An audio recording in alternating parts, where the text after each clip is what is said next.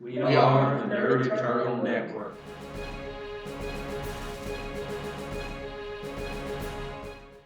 Hello, welcome to the Nerd Eternal Network. Today we're playing Icon's Crimes and Misadventures, our Icon's actual play. I'll be your GM for the day, Jason, and with me as usual will be Zach, aka the Fairy Prince. Thank you for joining us. Mike, aka Anyone. Hi.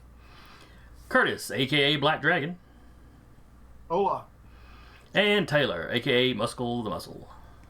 Howdy.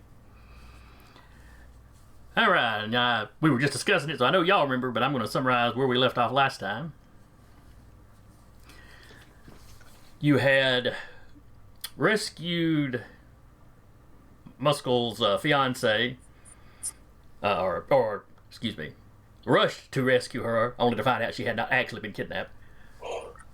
Someone had just managed to get her phone. So you found her safe in their little hideaway / bomb shelter. The villains that had tried to kidnap her, using her phone, had basically made a ransom demand, bluffing that they had her. Y'all went to meet up with them. There was a kerfluffle. Y'all wound up beating the bricks off of them, and then cutting a deal with them to let them go if they told you, basically who had hired them, or where you could find that guy. They were supposed to be meeting up at this little gas station. When you got there were two guys working the station. Muscle just walked in, said who he was looking for, sat down to wait. One of the attendants excused himself to go to the restroom, slipped out the back door and tried to get to his car, which was when Eddie, the Fairy Prince, and Anyone approached him, I guess is the right word. Approached, cornered, however you wanted to describe it. And in his car, I believe you found a Hellfire outfit. And that is pretty much where we're starting up. Y'all are all around the car, except Muscle, who's sitting inside drinking a soda or something. Or is he an energy drink guy? Yeah, I think it was just a soda that I got. I'm gonna grab him by the back of the neck. Start bringing him to the gas station where Muscle is, and I'm gonna tell him, it's like, Muscle's been awfully zen about this, but me not so much. You tried to make this personal, so I would just keep hoping that Muscle stays zen enough to keep me in line before I decide to tear you apart or eat you.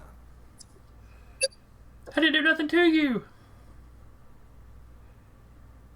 You did something to Muscle's near and dear. That's doing something to me.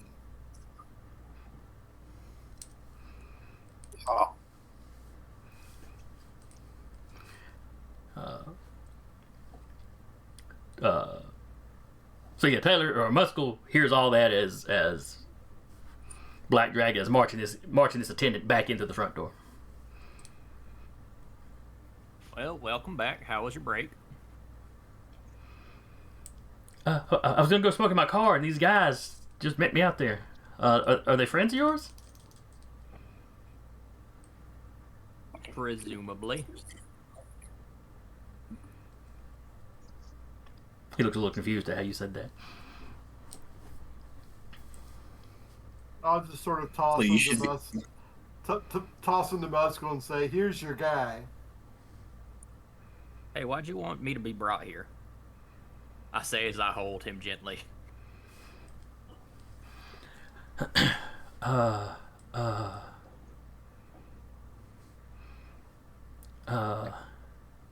And you can see on his face that he's trying to think of something off the top of his head. Bobby, Like- look at me. Bobby looks over at you. Be honest. He sort of licks his lips. I just thought I could get in good with the boss if I brought him somebody that's been causing him so much trouble. Well, causing all of us so much trouble. Do you have a secret torture dungeon in the basement of this lovely delicatessen / gas station. What? No. This is just a gas station. So what would you do with presumably unconscious body of a very large man? Would you just stuff him in the back of your car? He kind of looks at Muscle. Well, that was the plan. Then he kind of looks at Muscle, though I'm not sure he would have fit. I guess I could have reclined the passenger seat. All right, I've got a question now because we've dealt with like a whole lot of serious people and then 2 chumps. What is with this Hellfire organization? I really think they're just grabbing whoever they can. Yeah, but they've got like a guy that could hug a skyscraper to death, and then they've got this guy.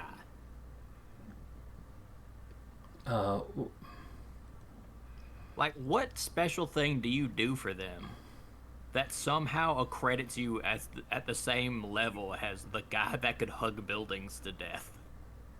Well, You do kind of seem like they're scraping the bottom of the barrel with you, Bobby. No, I mean, like, he probably can handle money well. Let's not insult him. But presumably you do something special. yeah, I can influence like the horse races. I keep up with who's making big bets, who might be indebted to who.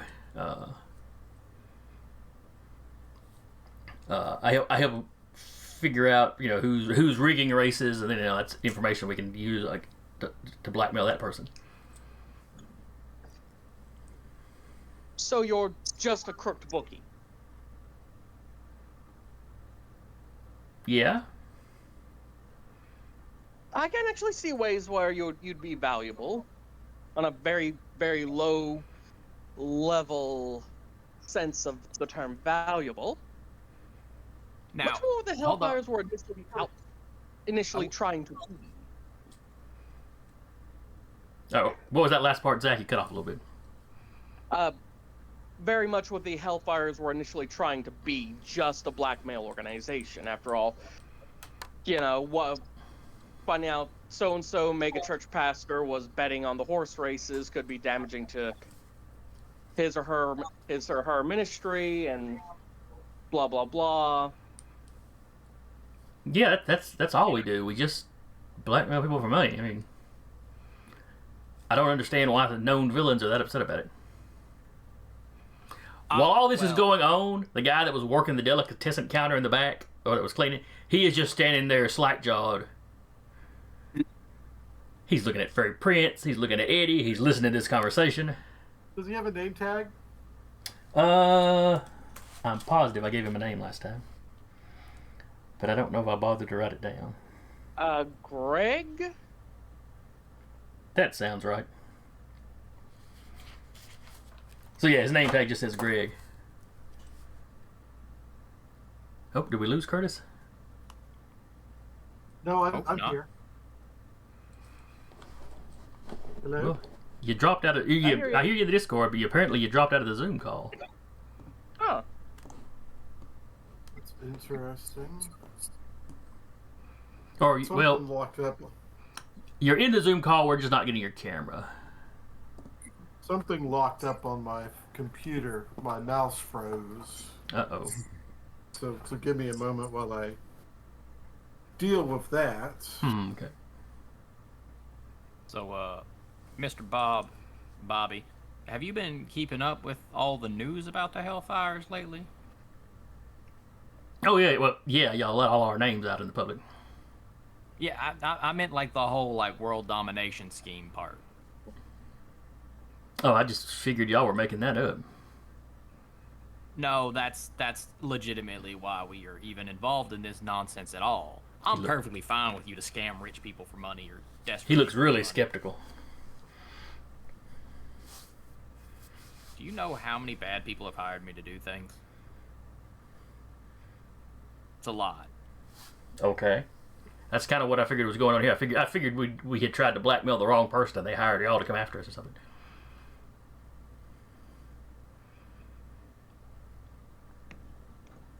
I mean, that's not completely inaccurate, but I oh, think no, that's they- happened now, but that's irrelevant to why we started.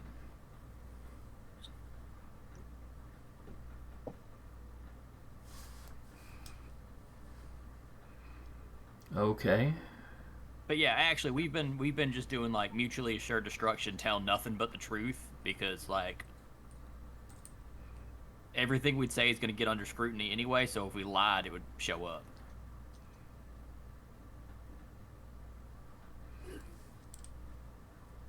But yeah, like all your big bosses are getting blackmailed by another guy into doing all the terrible things for them. So like, you probably just need to keep laying low and stop trying to pick fights. Yeah, Do yeah, what you're good at. I'll do that. Just do what you're good at and make money for supervillains. That's fine. Stop trying to hire people to kill people that can kill you. And Okay, when you yeah. do it, Anybody I care hire, about. hire a better class of hitman. Nope. I'm kind of insulted. Black Dragon, we don't give advice here that can hurt us later. Not for free. We tell him to stick with what he's good with and not take chances. Yeah, I'm awful sorry I inconvenienced you guys. Like I said, I was trying to get in good with the bosses so they'd help me. Help me slink off into a better new identity. Now, that being said, I don't much rightly care. You owe me a window, fixing a hole in my yard, and probably about $600 in jetpack fuel. That shit's not cheap. There's got to be some way we can use this guy. Yeah, I'm using to fix a window, a hole in my yard, and the expenditure of jetpack fuel. No, Bobby here has now become a resource. But I ain't got that much money. I'm I'm low man on the totem pole. Bob, I mean, I've got a few $1,000s I can put my hands on. I can pay for your jet fuel in your window. I'm talking information and access. I'm pretty sure we have all the information and access his level can give us.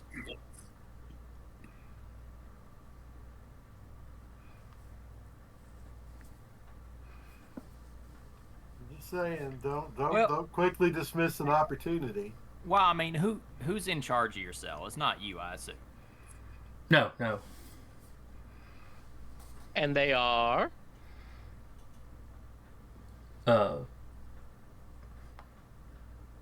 This is me hesitating, not him. I'm trying to remember what Hellfire numbers I've already used. Hellfire 66.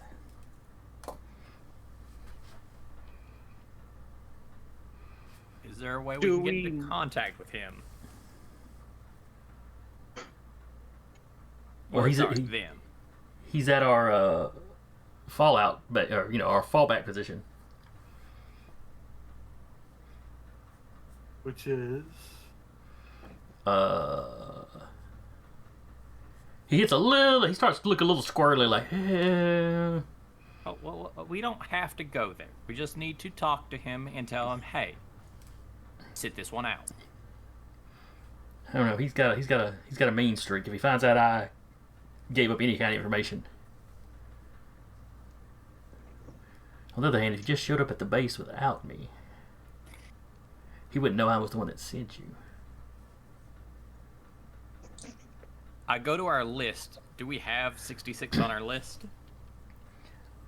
Yes.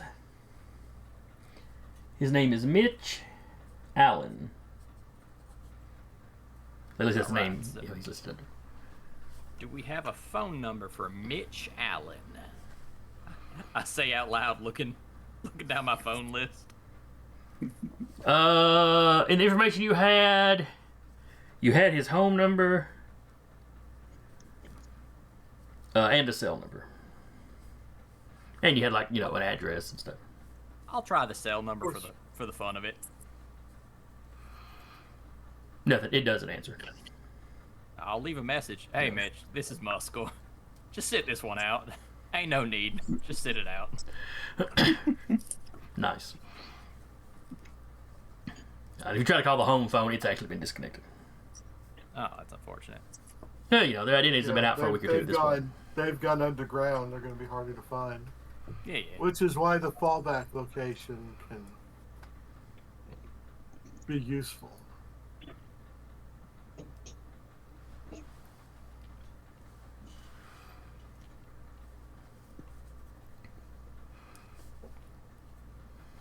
Well, as long as you agree to pay for my stuff, I'm kind of neither here nor there about it. Yeah. I got a little cash in the car, out in the car. You know, should be enough to cover the fuel in the window. Sounds mighty fine. I did let the kids that you hired that failed. I did let them go. They're kids. Don't do anything crazy to them, please. No, hey man, I'm you know, I ain't really the violent type, generally speaking. I've worked for a lot of psychopaths. I gotta just cover the bases. Yeah. But all right. I'm fine with getting money and leaving. Y'all can discuss what y'all need to discuss with them. What do we need honestly, to... honestly, at this point, nothing. We got in touch with his boss, told him to, you know, set this one out like Muscle said. And honestly, outside of petty anti-blackmail material, I don't think there's anything he can really give us.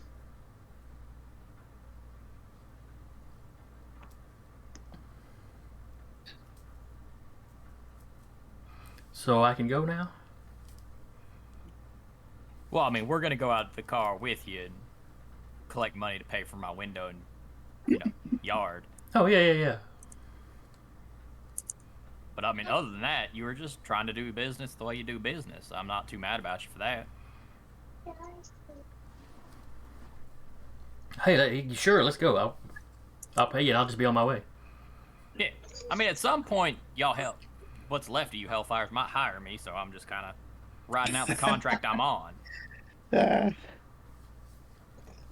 so y'all hustle out to his car, he opens it up, scoots the Hellfire, or opens the trunk, scoots the Hellfire uniform out of the way, gets down into where the spare tire is kept. Except there's no tire there. It's just containers. He opens one of them, it's got some money. Muscle, he counts you out $2,000. Cool, I take that. I'll go back into the store and hand 200. I'm gonna tell him, it's like, you know, I think his window's worth twice that.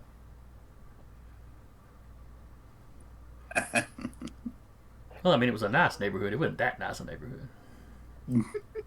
I'm already back in the store and I hand 200 to Greg. Hey, thanks for not calling the cops while we were having that discussion. Or if you did, way to do it sneaky. Here's $200. See ya. Have a good day. And you try to walk out. And he's still just standing there like,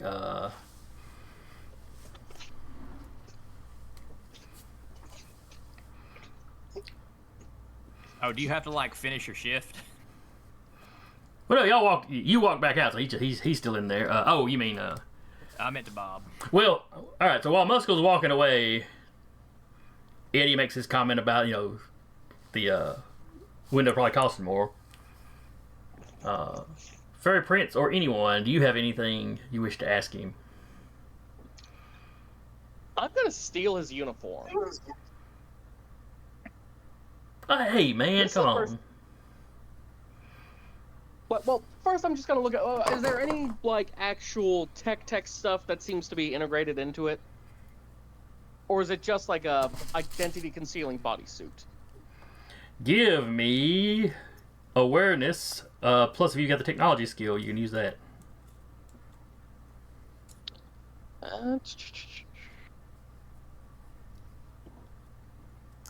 See, I have Tech 1. Ain't that awareness? Yes.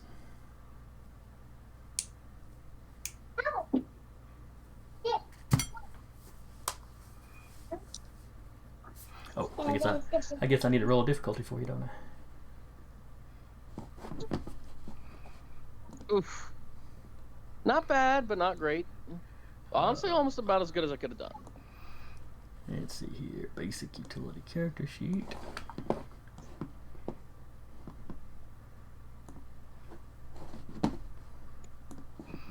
Oh. Alright, so you get a 9. The difficulty was a 7, so...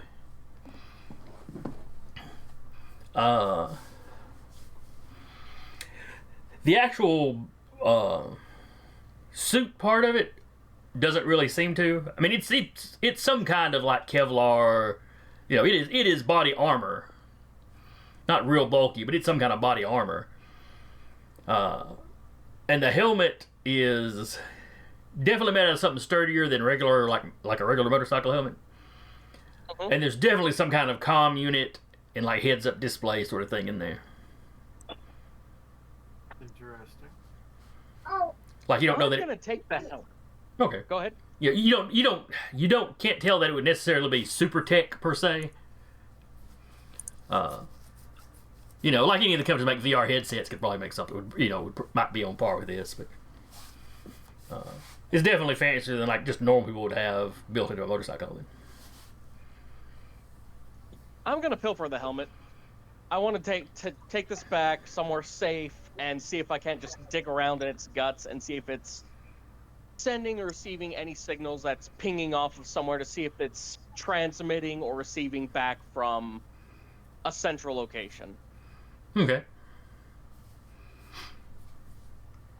Well, if y'all let Bobby go, he gets back in his car and takes off. Was there anything anyone wanted to say or do?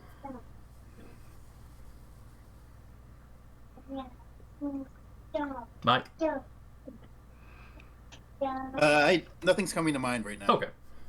Before he leaves, I'm gonna snarl at him.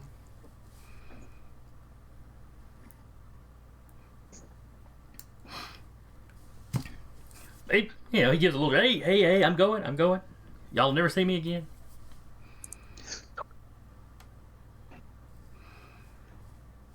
Yeah, We don't. he hops into his car. He kind of peels out, kind of throws the gravel around, get out, takes off down the road at full speed. As he leaves,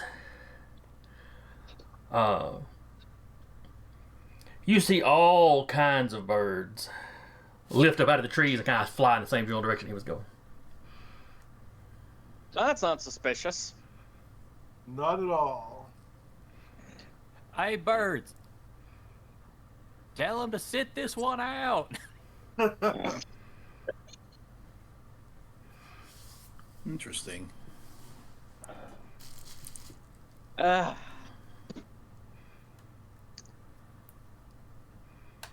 I'm gonna throw up a big wall of fire right in the middle of all those birds that are flying off after it. Just a little illusory. Just to see what they do. Okay. They scatter like it's birds. They're not that hard to fool. They all scatter like like fire erupted in between them.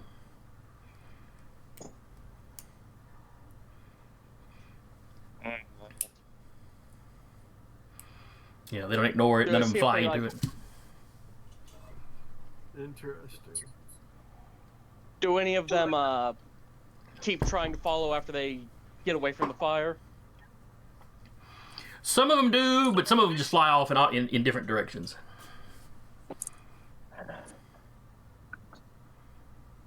We should probably follow Bobby. There's a real good chance that someone's going to try and kill him.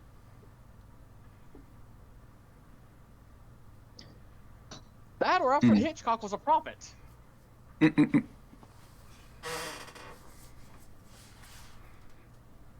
Sure. Yeah, that's. You guys I mean- really want to save the tool? Not Well, I mean, really, if but we- there's someone that's trying to kill him. It's probably someone we want to kick the crap out of anyway. Yeah, exactly. Because We there's don't probably know someone any- further up the chain than him.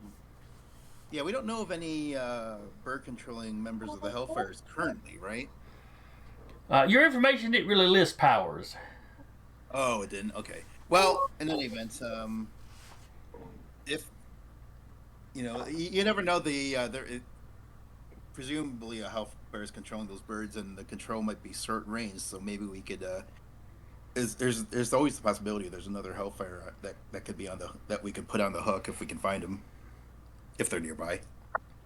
Mm-hmm. They could have been Bobby's pets for that matter. But if you guys want to follow and see what happens, let's do it. Yeah, I thought about that too, but I wonder if Bobby would have tried to use those birds to cover an escape if he was the one in control of them.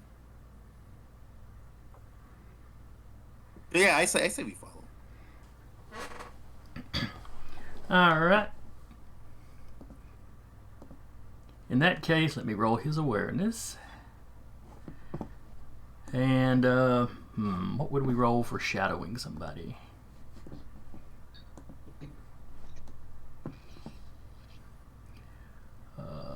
Come on, where is anyone? Just want to look at your specialties.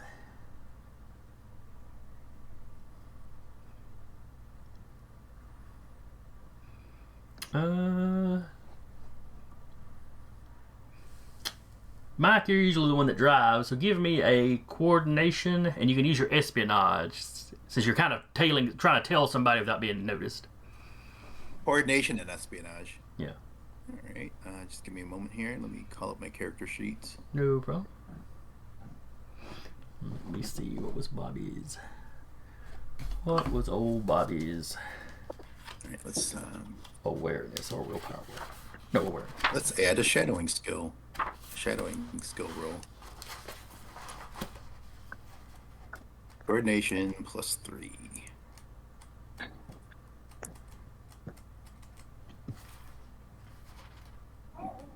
Not bad at all. Generated a 13. Oh. I was looking at the wrong book. There we go. Alright, he does not have a great awareness.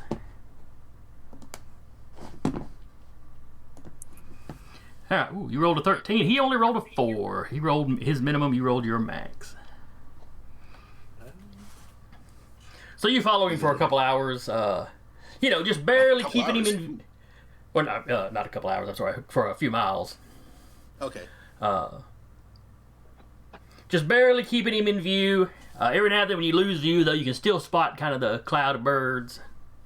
Sure.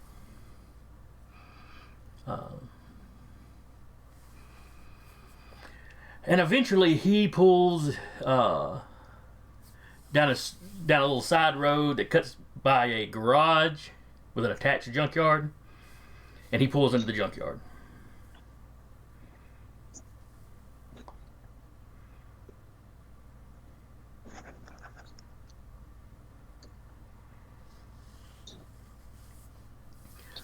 You notice the birds start settling in and around the junkyard.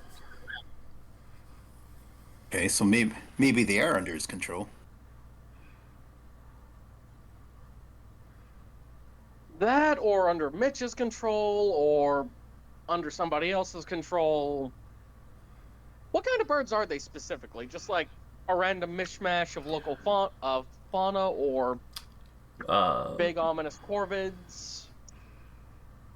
There are definitely some crows, but it's crows, it's blue jays, it's cardinals. It's like you said, it's a mix of kind of native birds. Okay. You didn't see anything weird like condors or bald eagles or something that doesn't live in the area.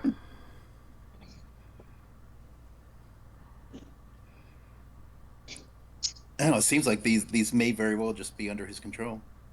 This might be his talent that he didn't reveal to us.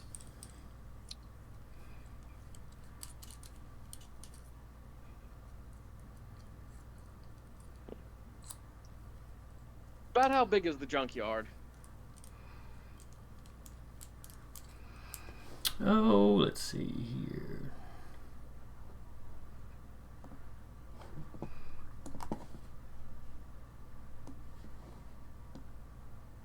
I'm flipping y'all over to a map on Roll20. so you can see about what size it is. Oh, Obviously, no. there was no encounter planned here. No, just a map I happen to have laying around of this particular location. That's all. I'd have to beat people up in a garbage dump. It is. mean, It is it not a would be- garbage dump. It is a junkyard. There's a difference. Automotive junkyard specifically. Oh, mean, okay. Superman 3 Sorry. A yeah. car garbage dump. Also, Superman 3 taught us that, you know, junkyards are very fun places for a super fight. They Not that I'm really looking for are. Superman 3 and Denny O'Neil Batman comics.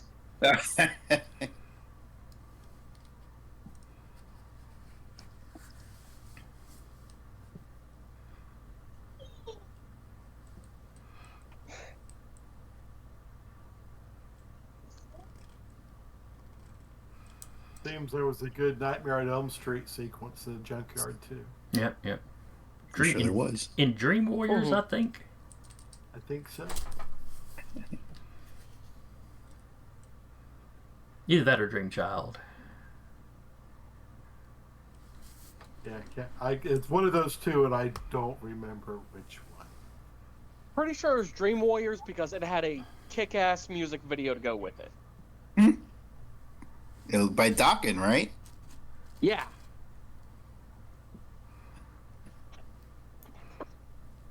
This Alright. is the generational gap. I see. We spotted the olds in our group. Wait, we're all the same age, aren't we? I'm 33. Oh, nope, we're not all the same age. I think we go from 33 to 54. Yep, I'm we're just gonna into old pretend that. horror movies.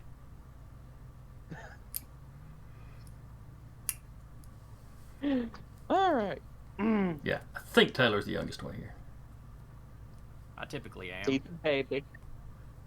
Oh, Baby Tay Tay. And then Curtis is the oldest, and I'm not sure who's older between me and Mike. No, I'm 50. I'm heading towards 52. Oh, okay. I'm 45, so okay. I'm supposed to be. I guess I'm in the middle. baby. Perhaps in temperament. Or maybe in his regular friends group. I enjoy the idea of you walking into a retirement home and saying that. He might be able to on his first day. It Walks might be in, opens true. the door. Here, I am the baby. Baby. If you think I won't. It wasn't a dare, Where's my Curtis. cooing and butterscotches? All right, back on focus, back on target. Sorry. All right. Oh, I thought we were vamping while you set something up. That's my bad. Sorry. No, we're just. All right. We're at the garage and the cars and the stuff. Mm-hmm.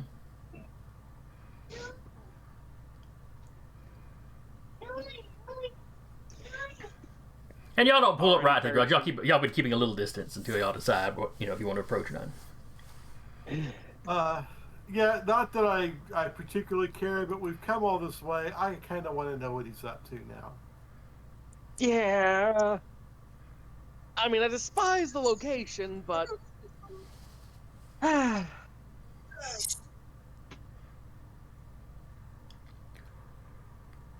Alright. I'm gonna hop out of the car and get some air and just try and get an overview of the place. Okay. See if I can't see any locations of interest, any hidden, trapdoors or anything, or if it's just him heading into the big garage. By the time you get over there, he's walking away from his car towards the garage. He has got his Hellfire suit with him. Sans helmet. Sans helmet.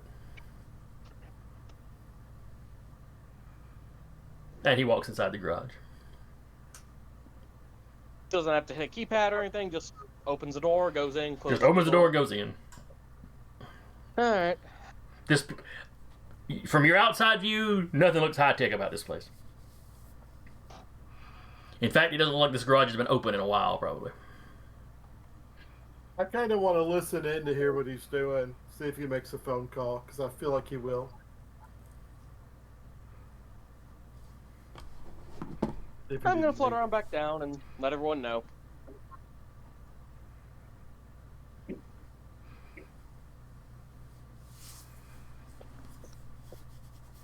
So, just barge into the place, or scope it out, or just wait here for something else to happen?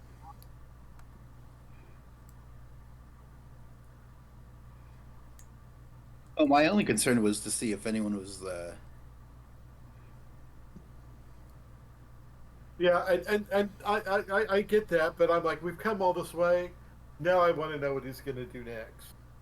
All right. Because you know, we did make the effort. We're here. Might as well do a little follow through. So I kind of want to scope it out and hear what he's up to if we can. If the birds are sentries, they did not make good ones at the gas station. Mm.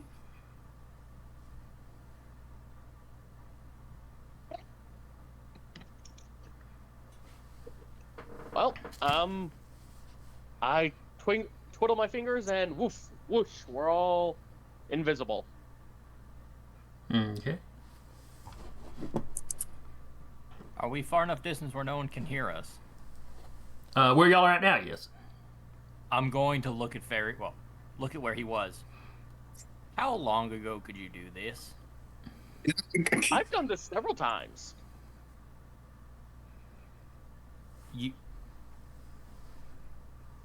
Our first I- mission was breaking into a bank, and you had me walk through a wall physically, and we could have been invisible. You're just now realizing this. I've made us all invisible several times. Quite honestly, I wanted to see what everyone else was capable of before I did this.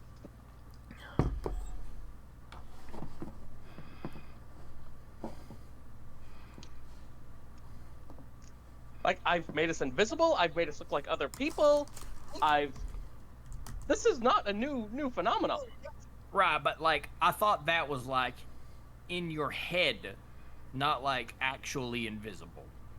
I thought it was like illusory, as in like a camera would still see us, but people couldn't see us. Oh, I am far beyond being detected by simple machinery, sir.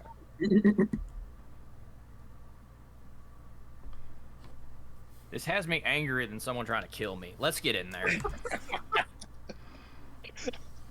Someone tries to hurt his girlfriend. Fairy Prince doesn't fully disclose his abilities. You son of a bitch. Look, they were kidnapping her, not to hurt her, but to get me to hurt me. That's just part of the business. The person next to you going, oh yeah, I could have made your life easier, but I chose not to because I'm a silly little guy. That's annoying. When an enemy's an enemy, it makes sense. When a friend is an enemy, it sucks. That's why you get fired at, you're like, oh no, I'm getting fired at. You get friendly fired at, you're very mad. I put an arm around Fairy Prince's neck and give him a noogie, and I'll say, Yep. you know, we were invisible. testing each other out then. Now we're super friends. It's all good.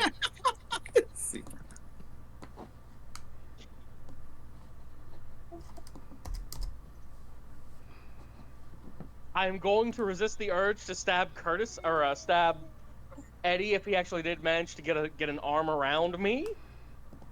And say, let's just carry on with the mission. I'm not the jerk. It's my character. Yeah, I do apologize. I just happen to play a good jerk. It comes a little bit too naturally. I'm not gonna lie, I blanked on Eddie's name for a second.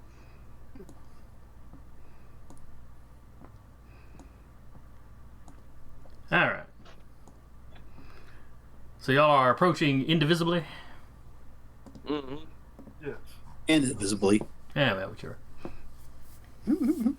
Indivisibly, with injustice for all.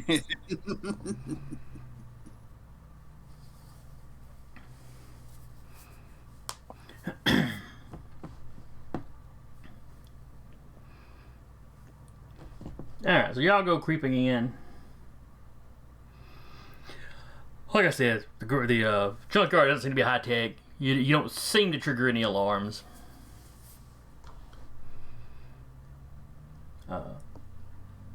Is there a window I could peek through?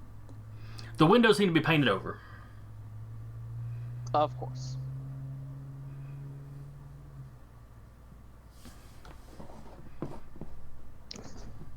I am going to very gently open the door.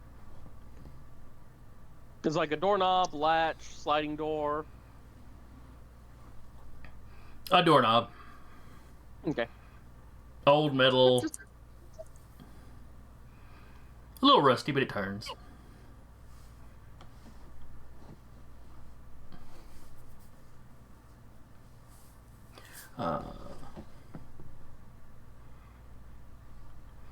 You slowly ease the door open.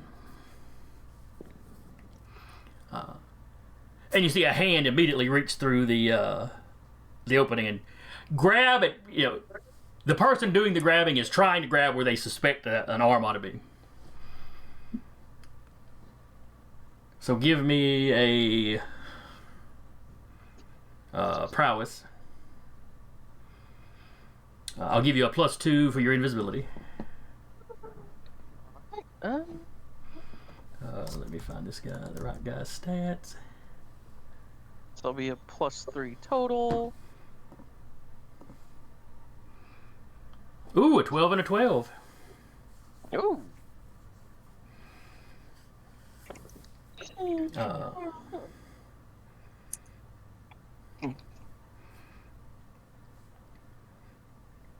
So that is a marginal success. So you see looks like a woman's. It's a woman's hand. Or well, so from the hand, what you can see, it's very slight. And when you glance at the door, you can see it's a woman. But her hand wraps around your wrist, or at least clamps onto your wrist. And I need you to give me.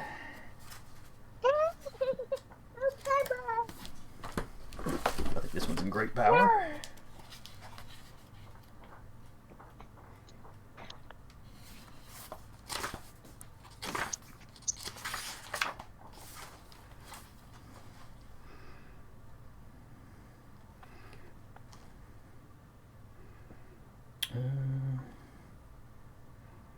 Well, that didn't tell me. Sorry, much what of did I need to nothing. roll? I was double checking. Ah.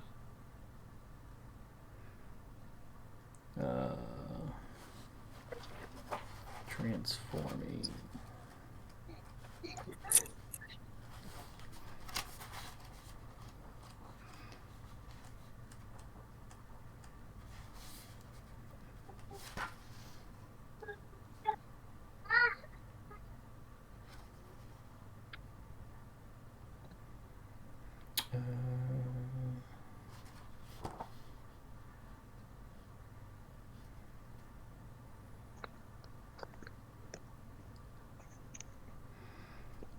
Alright, so it's coordination versus coordination to hit the target. Or no, that was with a ray. This is a touch, though. So prowess versus prowess to hit the target. A successful hit subject the target to the effects of the alteration power. Ah, okay. I was looking at the wrong.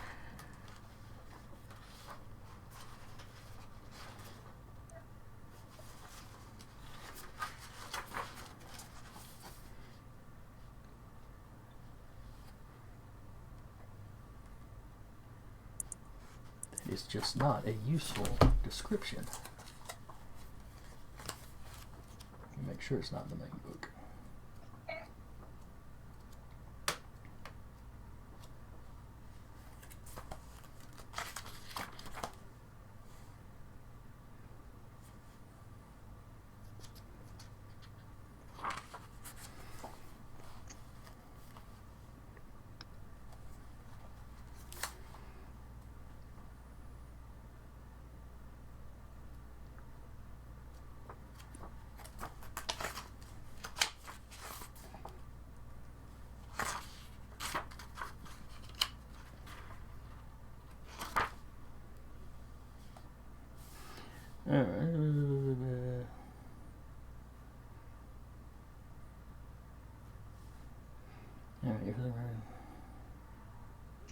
Okay, so apparently there's not a second roll. It's just that one. All right, so y'all tied. So that's a marginal success. Where she has touched you, you see your skin start to turn to stone. Oh, I do not like that. Nope. Marginal success. You manage to yank your hand back, and that effect starts fading out. Like, you know, like it did not take its full effect. But like you were positive, you do not want to get touched by this woman again.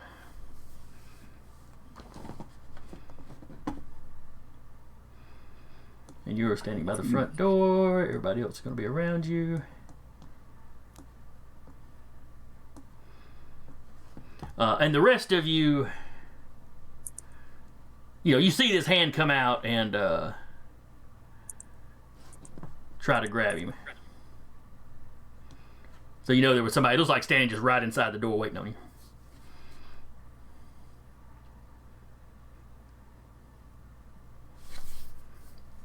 At this point, everybody can give me an initiative roll.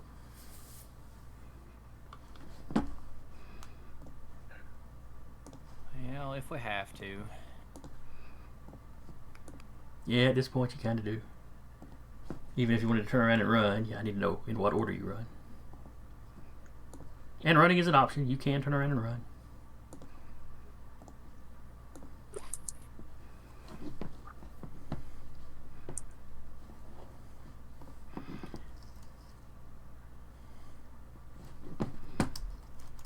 Alright. The one at the door gets a 7.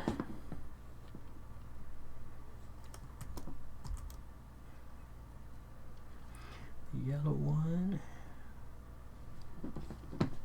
gets an 8.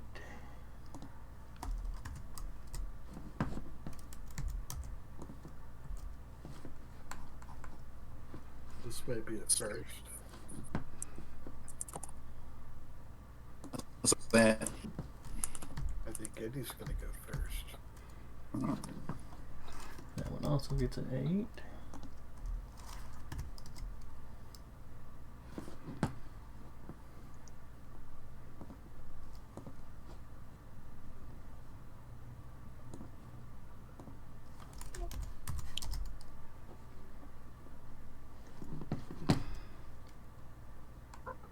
And a 7.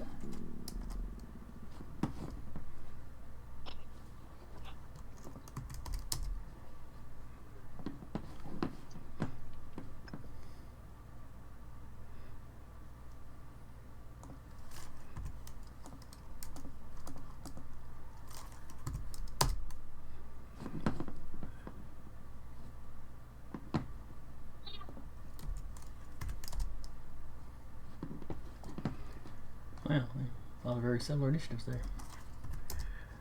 Alright, I got the baddies, so anyone goes on a 7.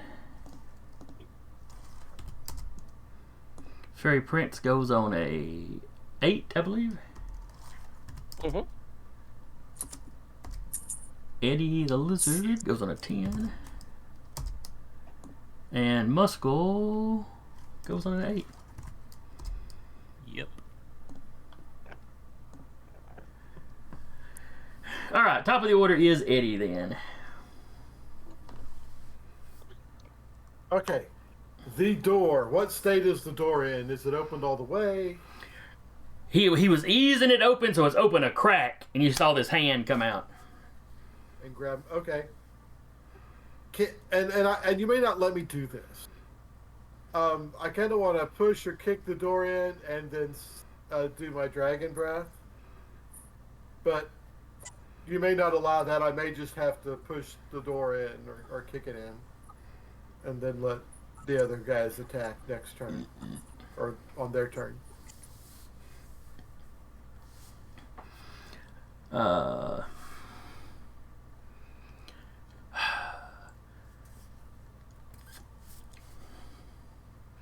Since Fairy Prince is right there at the door, and the door is half closed, and there's somebody else on the other side of the door, I'm going to say busting the door open would probably be an action.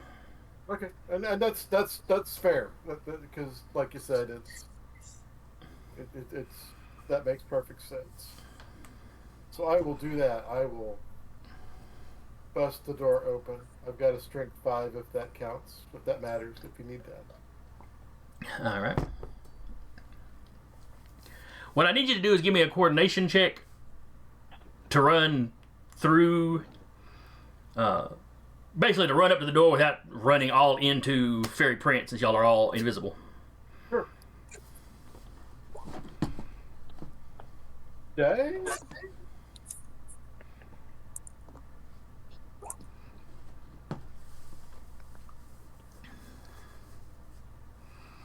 All right. You're able to guess, the door easing open. You're able to guess about where he should be. And you kind of brush past him. You feel him, but you brush past him. You shoulder the door open. There's a woman standing there in a green bodysuit that's got kind of a scale motif.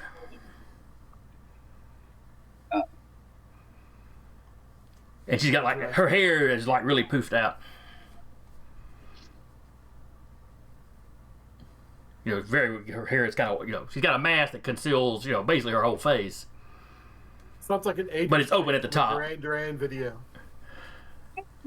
But she's definitely got kind of a snake motif going on with her suit. And her eyes are glowing. Definitely an 80s Duran video. Did you say her eyes were glowing or green? Glowing.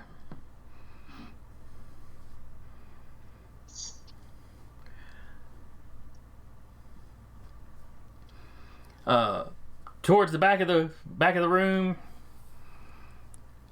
you see Bobby. He sort of ducks behind one of those old metal desks, like office desks.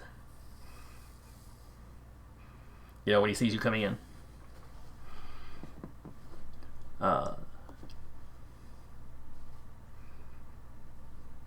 And there is another woman standing over to one side.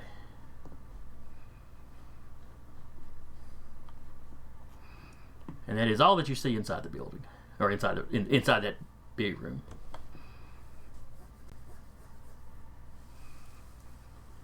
It's basically all one big open space, except for the back right corner. It's got little interior walls, with windows where you can see it's just the little office area in there.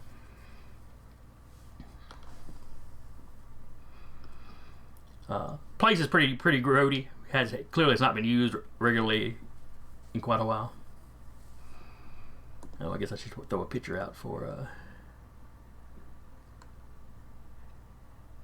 where Bobby is. Alright, but that's what you see. Next up is Blue.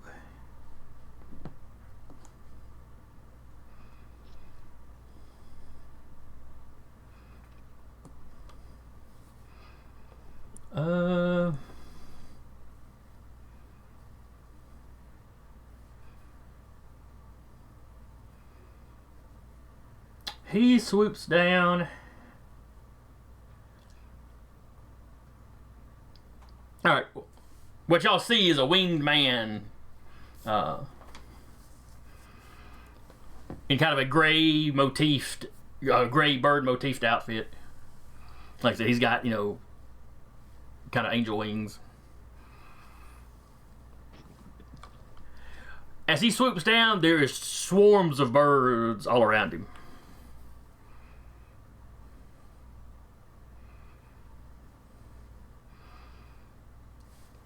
They all kind of zip down just, a little higher.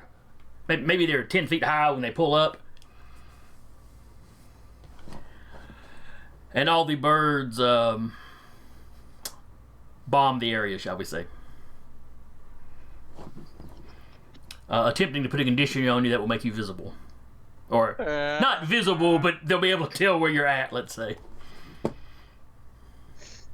And they're basically just hitting this entire area in front of the door. So everybody... Did they start pooping on us? Is that how they reveal our location? The guy in the costume is not pooping on you. The birds are. We're being covered in bird dirt. Not Eddie. Eddie has stepped into the building.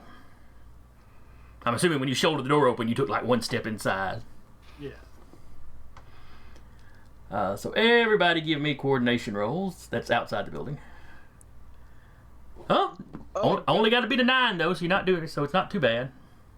Dice don't fail me. Do I have athletics? I do not. Do we get any bonus for the invisibility here? No, they're just hitting the area. Yeah. Does this count as a projectile? It's a blanket pooping. There is enough of it that you could not possibly catch it all. If you want to catch a single piece and fling it back at somebody, go for it. Well, I just meant as far as being able to use martial arts to help dodge, because martial arts plus super speed allows you to do funky projectile dodges. Does that apply here, or is it just a general covering? It's just a general covering, so I'm going to say you have to just a coordination to see if you can avoid the worst of it. All right, well, then my coordination's pretty dog. I got a 9. I got a 9. All right, so you guys that Yeah, got I got a 9. 9s. Did we all get 9s? No, I got a 10. All right, so the 9 you get a little splattered, but it's not too bad. Just enough, though, I imagine. Nothing on the face, nothing in the mouth. We're good. Yeah, it may hit your arm or your shoulder or something. Just a little bit. Anyone manages to avoid it. It's all about knowing just where to stand. All right, so he swooped by, and he's not like hovering above you. It was like a dive bomb sort of thing. He's That might be the most creative use of animal control I've ever seen. He's laughing as they pull away.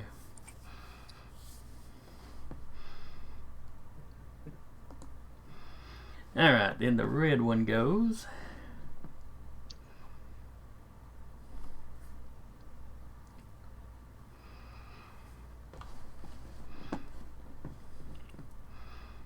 A tarp in the back of this truck here. Not y'all can really see, but you kind of hear the sound of a tarp being thrown off.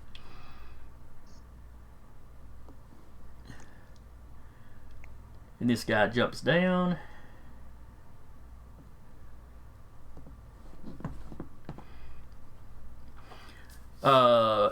Muscle, you recognize this guy? He's a superpowered mercenary for hire known as Master Class. Oh, nice.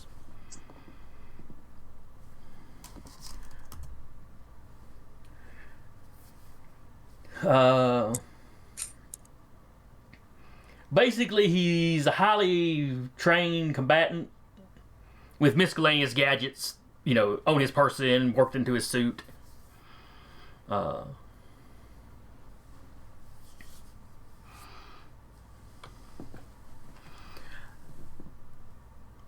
You've probably worked with him at some point, but y'all aren't like buds or anything.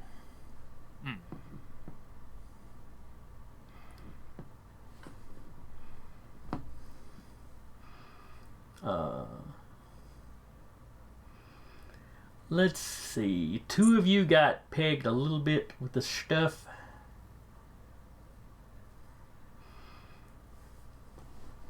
So I'm going to just roll an even odd to see which one he goes after.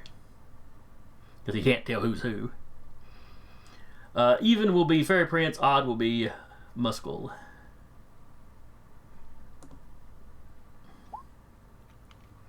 Alright, he goes after Fairy Prince.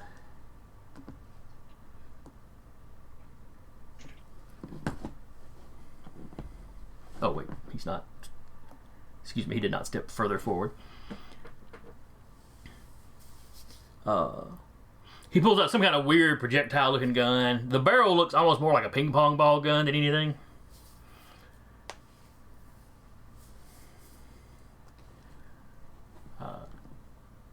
And it shoots something that's looks kind of soft and gloopy.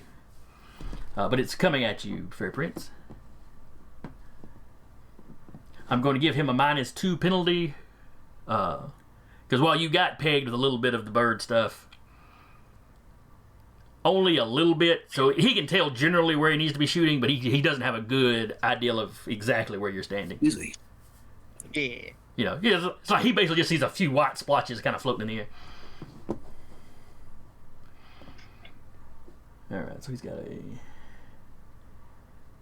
Weapon. Alright, he got +2 with his gun. Alright, so basically I just won't count in his gun skill. That'll even out. Okay. This is his coordination. Oh, that's unfortunate. You beat him by 1. Oh, He'd have been better off swinging at you with his sword. But it zips past you, and when it hits something behind you, it kind of spreads out. That goo kind of spreads out and hardens almost instantly.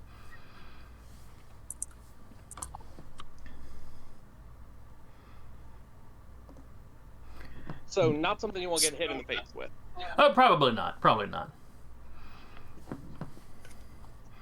Though it's probably some kind of binding attack. Mm-hmm. You know, more than anything else. But yeah, getting it in your mouth and nose would probably be bad.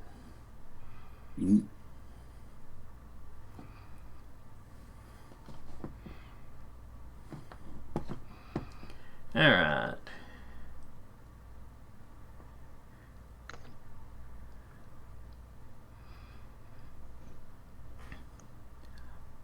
Next up, you hear a car door open on the top of this pile of cars. And you see a woman come flipping out. You know, that stack's high enough that y'all can see, you know. Oh, that's, but never mind, it's not stacking, blocking the outside anyway. She basically springs out, hits the ground running. Or excuse me, she has a swing line. So she swings and lands over here. Basically on top of a car.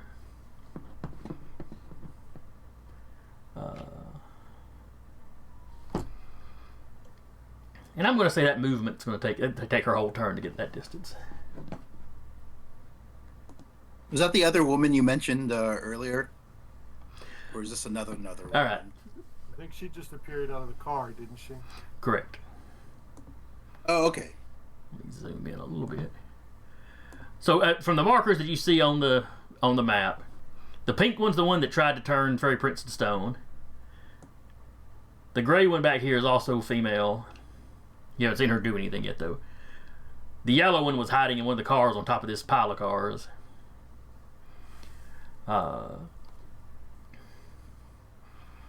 Muscle, you also recognize her as the Brown Widow. Also a highly trained combatant. She's known for using poisons. Man, this place sucks. It's nothing but glue and statue making and poison. I feel like this is a place meant to capture us, to drag us to the final part of some grand overarching adventure. Man, it's almost like I didn't want to fucking be here. Yeah. It's crazy how 3 a-holes decided to drag me here from a guy that wanted me drugged to a place. This is the most friendly fire adventure I've been on. Alright. Let me check that distance.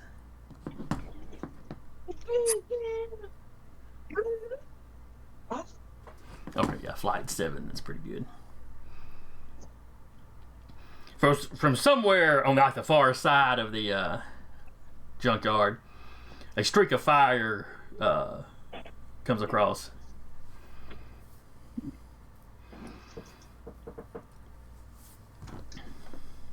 And drops an area effect blast. Oh no, I'm sorry. They've got aura, not area effect. Slight difference there. So they'll fly up and just blast at one of the people they can kind of see.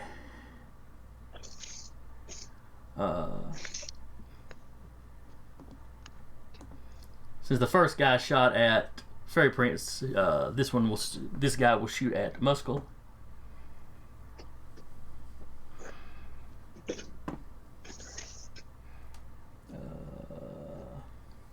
Same as before, I'm giving him a -2 penalty because you're still basically invisible. You've just got like a mark on you. But it's not like they can tell exactly where you're standing. So coordination. Ooh, an 11.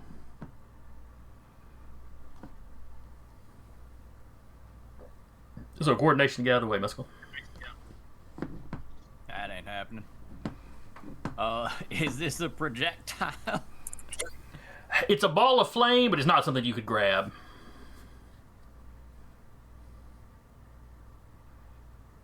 You know, it's not like an arrow or a bullet or something, or anything solid. It's a 9. 9. Okay, so it hits, but it doesn't do anything extra special or anything. Power level that's a 7. Ow. All right.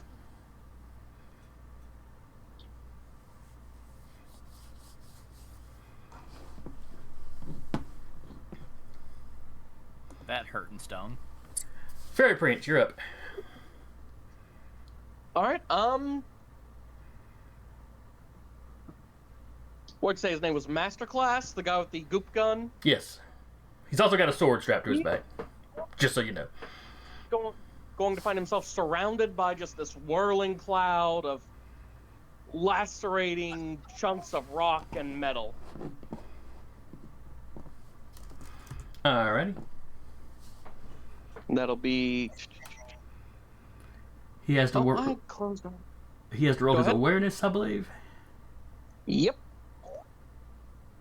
And I need to reopen my character sheet because stupid.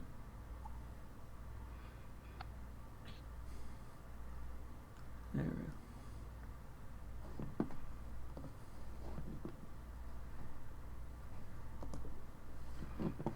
He got a 14.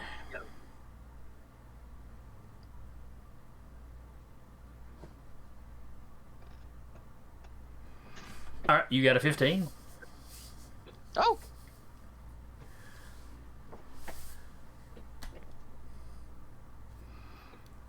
All right, so And as far I'll as do 6 points damage.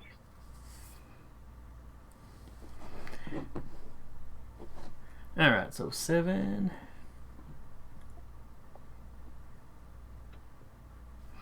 Okay.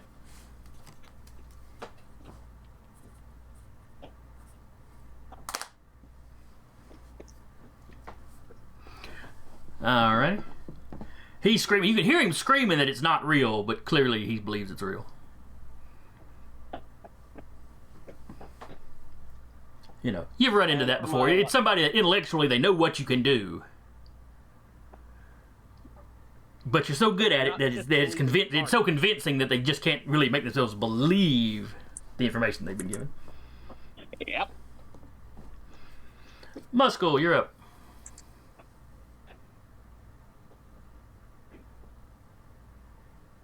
I'll address the crowd for a moment. This is Muscle the Muscle. We want to have nothing to do with this fight. We just thought Bobby was being attacked by birds. We didn't realize one of you can control birds. We will happily walk away from this.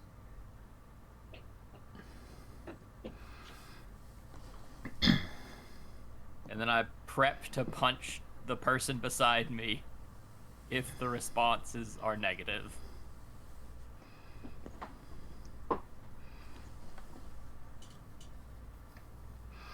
Let's see. Which one was the...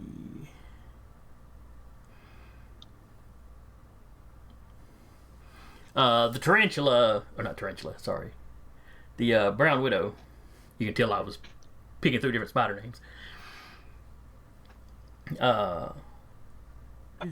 She just looks at you. Muscle.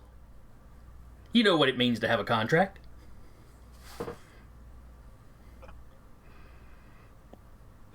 Not just gonna walk away or let you walk away. That's gonna be a 14. All right. So prowess plus.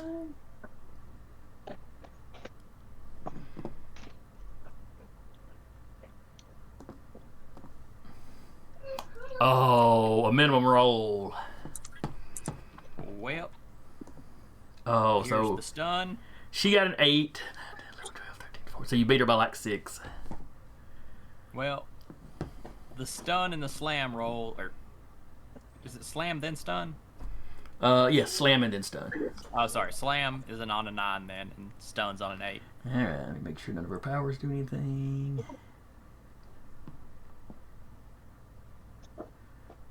Alright, so she got to roll her strength twice.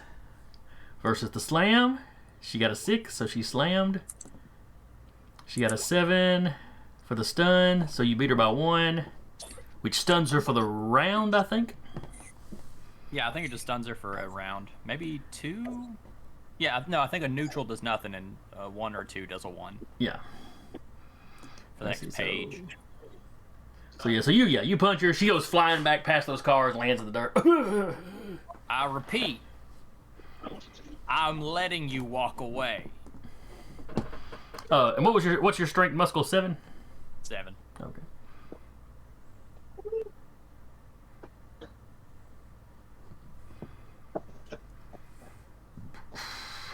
Okay.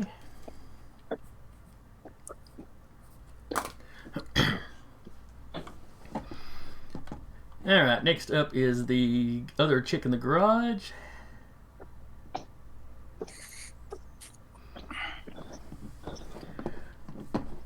Let's see here.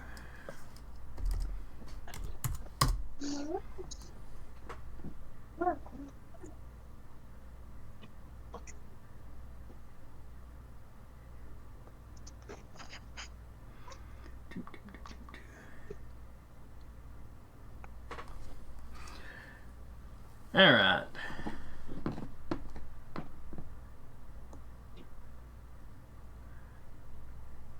So Eddie, she looks at you.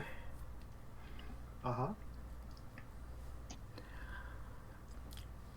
And you've seen characters in comics with a sonic scream. And that's basically what this is, but it's not like just a wordless scream. She's talking while she does it. So you get this torrent of questions. Hey, is that really your skin? Did you have yourself surgically modified? Or is it just a full body tattoo? Is that hair or spine sticking out the top of your head? But it's really loud and it's hitting you. It's a sonic attack. Just instead of, wordless screaming, she's jabbering at you. Gotcha. So coordination. Let's see.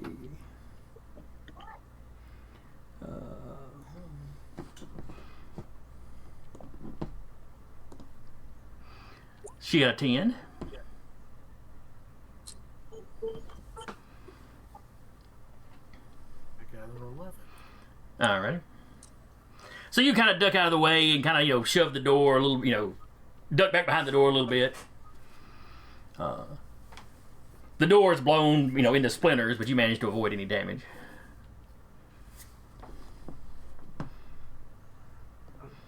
I'll step aside and I'll say, it's all natural, baby.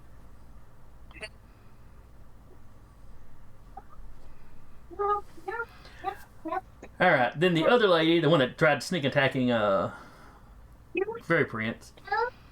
I hear a baby. But the other lady, as you're saying that it's all natural, she steps forward and tries to grab you. Oh, probably I shouldn't have said anything to help reveal my location. But I did. Oh, I forgot about you being invisible, or she wouldn't have been able to see what you look. Well, I take that back. They've been prepping who you are, but she wouldn't have known it was necessarily you. That's fair. Since she didn't hit you, we won't bother re-rolling anything. So yes, that lady's lunging for you. Basically telling you to get in a comfortable position because you're gonna be there a while. Or she words it a comfortable pose. Prowess? Yes, this will be prowess. She'd have a 7, but it's at minus because you're invisible. So she got a 9.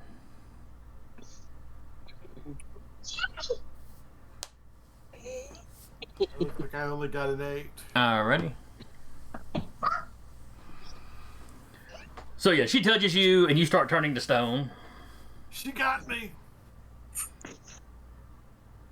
I'm going to say the invisibility aura drops as you turn to stone. Because he put it on you, not on a statue sort of thing. Right. So Fairy Prince Muscle, you see Eddie suddenly appear as he turns to stone. Do I completely turn to stone? Yes, you are converting to stone. Okay. She's basically got Alteration Ray as a touch.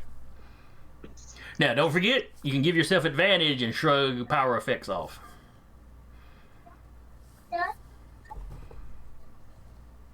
Right.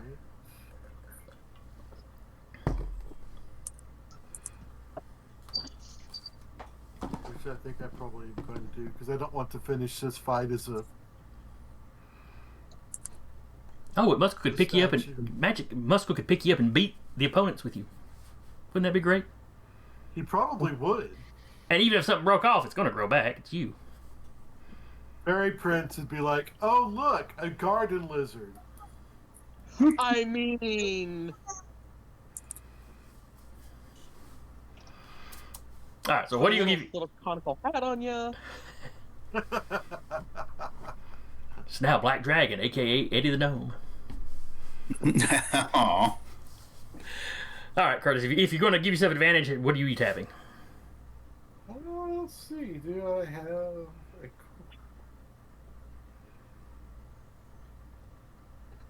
I still want to call the qualities quirks. Damn you, Steve Jackson.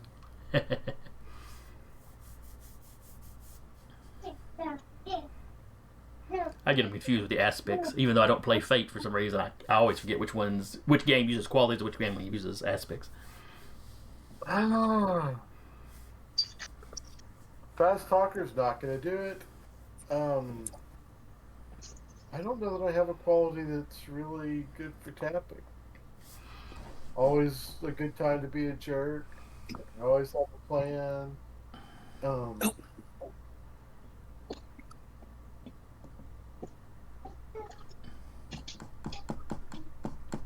Now's a good time to be a jerk. It's a real jerk move to just shrug off Lady Basilisk over there's power. Like, you gotta get out one last rude comment. I still have a barrage of microaggressions to fire off.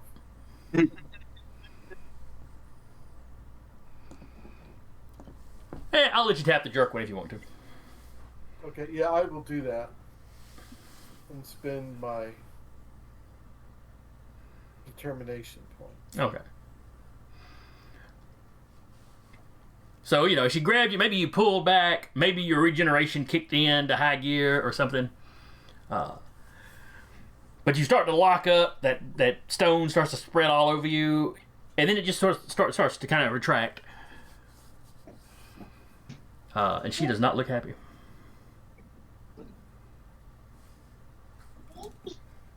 I just kind of look at her and I say, because I'm still visible, and I'll say, you don't do that to leather. And I wish I had thought of the name Lady Basilisk.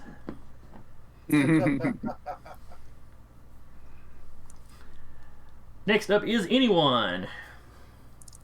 All right. I'd like to grab the tarp that was thrown off and then use it to try to basically get Lady Basilisk in a grapple.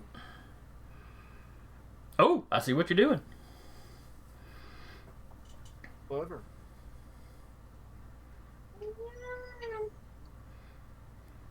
I'm going to go ahead and rule that you become invisible as you start interacting with things. Sure. I mean, Yeah, they'll see a tarp. If nothing else, they'll see a tarp floating in the air. All right, so you grab that and you run across. Yeah, I'm gonna put you inside the building just so we can kind of tell where you're at. But also, Alright. you know, to the side. So. Yeah. But yeah, that'll be a basically a yeah. You said grappling, so yes. So you got the wrestling skill. You can roll that. I do not. So that's just a straight up prowess.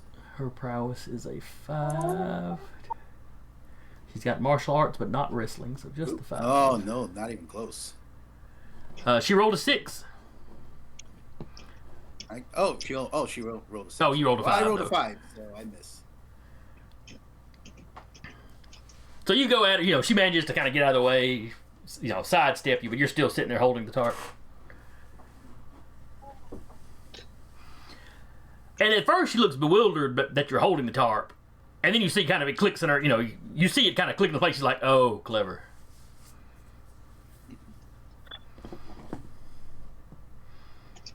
That's just me. That's a clever idea. It was poorly executed. I feel like everybody in your team should be offended by that statement. It was a clever idea, but poorly executed. Eddie, you're up. All right. So, I sorry, I zoned out for a second. Did anyone get the tarp over Lady Basilisk? No. I Alright. failed to do that. Well, then in that case, I am going to. I'm going to bite her. That seems Wait, dangerous. No, I'm not. I'm gonna spit at her because Okay. I'm gonna bet that her prowess is higher. Alrighty. Roll to spit. She's got, let's see, athletics would help her with this, so she's got a 5. Hey, it's a tie. Alright, so how much damage does your spit do?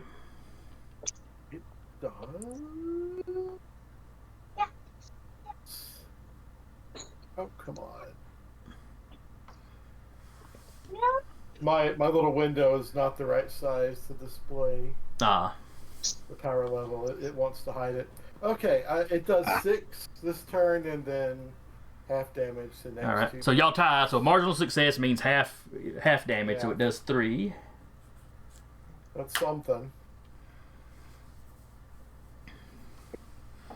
So it burns, it starts burning away her costume. She screams, ah! And then she, you know, it's like it hurts at first, and then she looks really mad. My suit! Yeah, I'm not going to be a target next turn. No, not at all.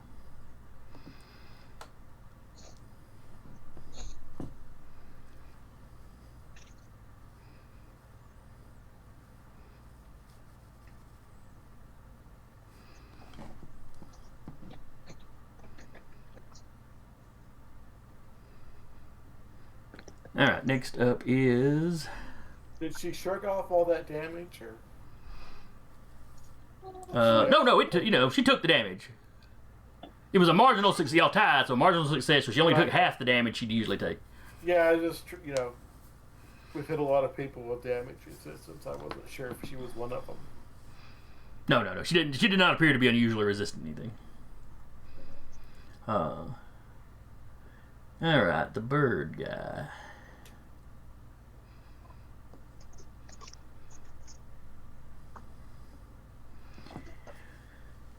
He starts flying in circles around Muscle. He is going to attempt to put the complication on you, or the quality on you of like distracted. He's just trying to set one of his buddies up where they can get a lick on you. All right. So he is using his coordination.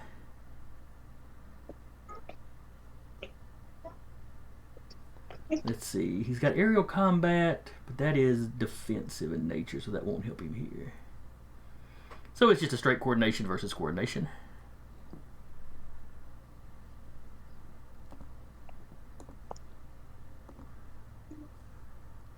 a He got 6 to a 9. 9. A 6. So he beat you by 3. That's a major success, which I believe puts 2 free tappings.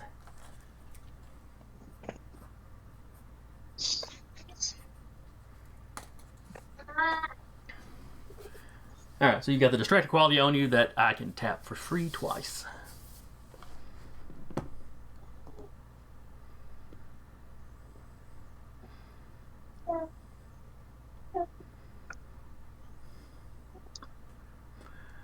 Alright, then it's Masterclass. And he is going to try the goop gun again. On Fairy Prince.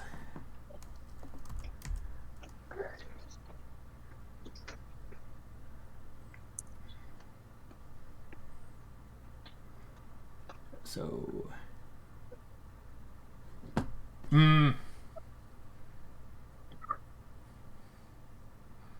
No, I take that back. He's going for the sword because you hurt him. At least he thinks you hurt him.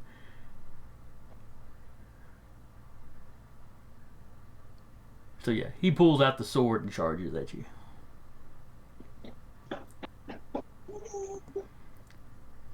So that's a... So give me a prowess roll. Oh, you already did. So you got a 10, he got a 12. Oof. So I hit you for 5.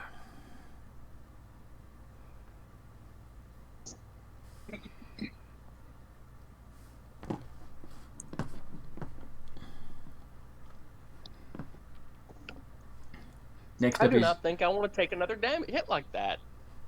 Oh, wait, he's not right in front of you.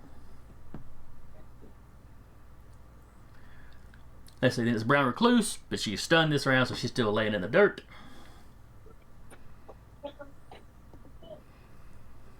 Then it is the fire guy.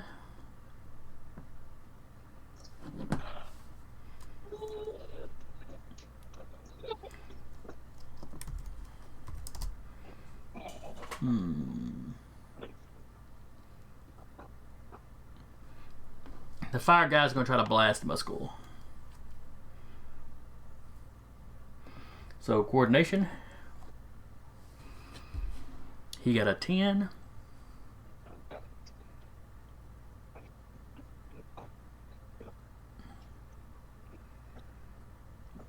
Muscle.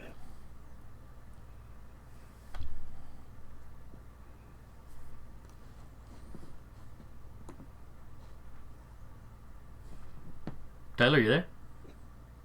Yeah, I'm here. I'm sorry, what? You're getting shot at by a fire guy. Oh, no. It's a coordination check. You need to beat a 10. Apologies. That's a 9. Alright, that is 7 points of damage. Ow.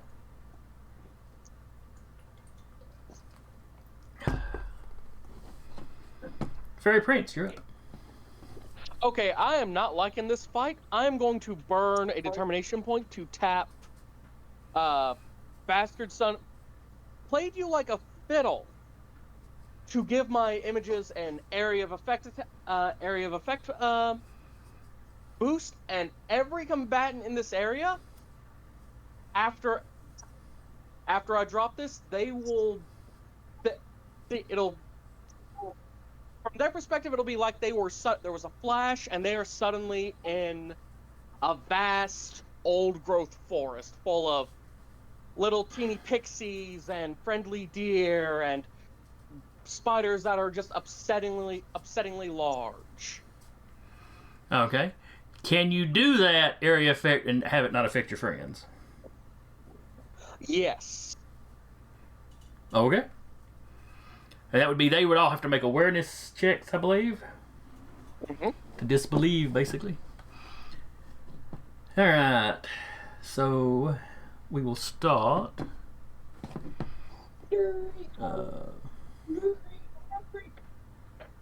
Hold on, where did I put mine? And it's just, we are going to be nowhere in sight. Right, you're basically creating this whole fake environment that they are standing in. All right, what do they need to beat an 11. Okay. The fire one gets a 4. He's completely convinced. Masterclass gets a 6 because I can't roll anything but 1s apparently. So he's convinced you've teleported him somewhere. Medusa gets a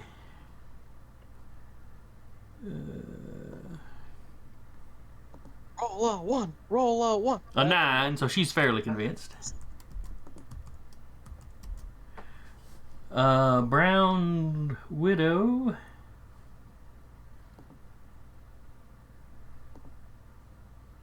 also rolled a 1, so she got a total of a 5.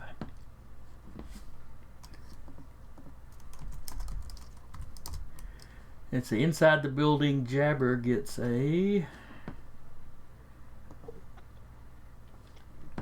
She rolls max and gets a 10, so she's still convinced because that doesn't beat your 11. And that leaves. Oh, yes, that leaves Bird Boy.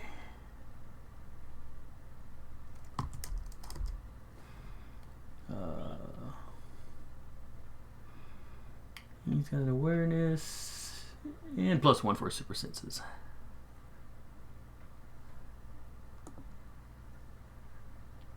And he got an 11, so he can kind of see the image that you're trying to produce, but he can also see the he sees it like overlaid on the real world. So from his point of view, he sees the old growth forest that the junkyard is like sitting in the middle of. So there's like trees everywhere, but he still sees the junk cars and all of y'all and all of his people.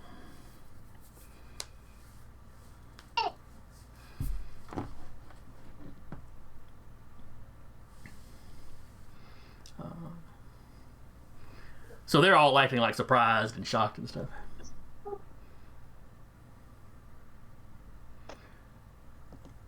Muscle, you're up. I'm gonna go ahead and just continue walking to the stunned brown recluse, you said? Mm-hmm. Well, she's come out of it now, but she hasn't had time to stand up yet. And you can see the way she's moving, the way she's looking around, you're pretty sure she's seeing something that you're not seeing.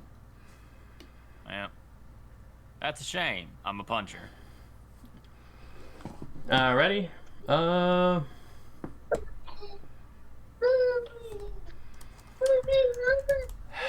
going to give her her prowess roll, but I'm going to give it to her at -2.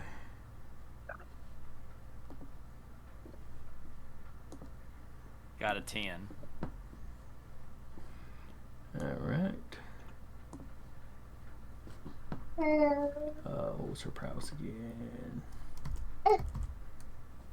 6 -2, 4. She got a 7. And she is unconscious just for the amount of damage you've done. Never mind any slams or stuns or whatnot. Which one was it that you just knocked out? Yellow. Yeah, brown recluse. Yep. The Oh, train. the recluse, okay. Yeah, the train combatant that's known for using poisons. Not that she got a chance to today. That's weird. I thought there was a Z, like a sleeping icon I could put on them, but I don't see it now. Oh well, we'll just put an X on it then.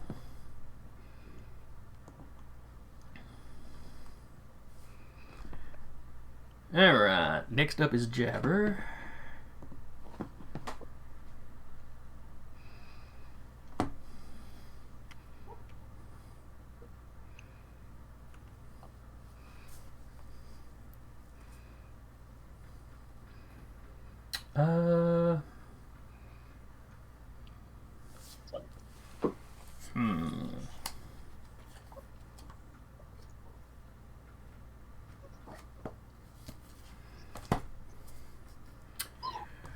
She starts to hum.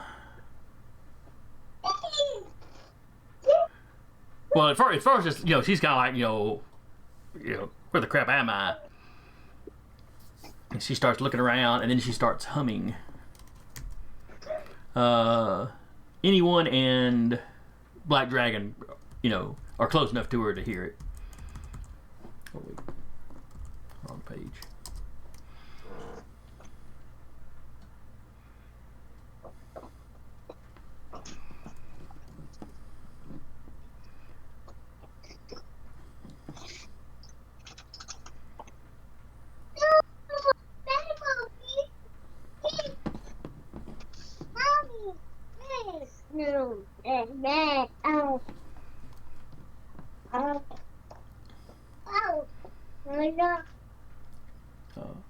And from what you two can see, it's like she's humming and examining the area.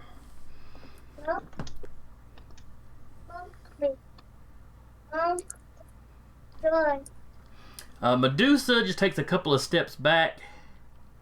It seems to be like she's looking up like she's watching something up in the air. Basically, she's staring at some of those giant spiders the creepily large spiders that Zach put into the illusion.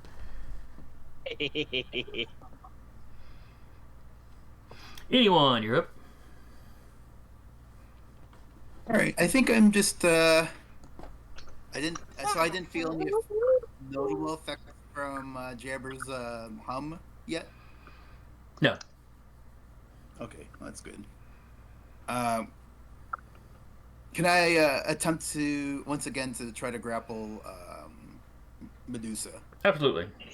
You'll have a +2 for the fact that she can't see you coming, and she's seeing a different reality than anybody else, or than any of the rest. Right. Okay, so that's right. We are. I forgot we're invisible. Great. So let's see. Well, this isn't the invisibility. This is Zach makes them think they're in an environment and can't see anything else. That's right. But I guess +4 kind of like invisible. 2. All right, her prowess is a 5. She has martial arts. Oh, so do I if that plays into it. Oh, that's right. I'm sorry. You're right. This is wrestling, not martial arts. She rolled a 1 on the dice, so she'd have a 6 instead of the 7 that shows up.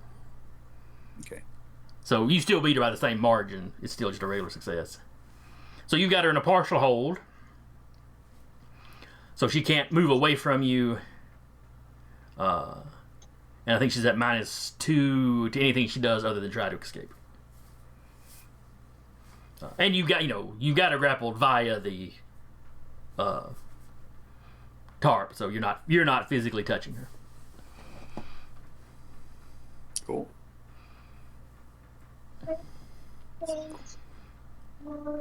Eddie, you're up. Go ahead and mark her with something. Okay, so Lady Basilisk is still up and about, right? Correct. I think I'm gonna use my dragon breath on her again. Oh wait, now she's up, but anyone is basically hugging her with the tarp right now. Oh, well then, no, sorry. I'm not gonna do that to her. Who's close by me? Yes. Masterclass is right outside the door. And Jabber is inside the door with you. Okay, I'm gonna do Jabber. Okay. I have a feeling Muscle's gonna be taking on Masterclass. Give Fairy Prince some credit.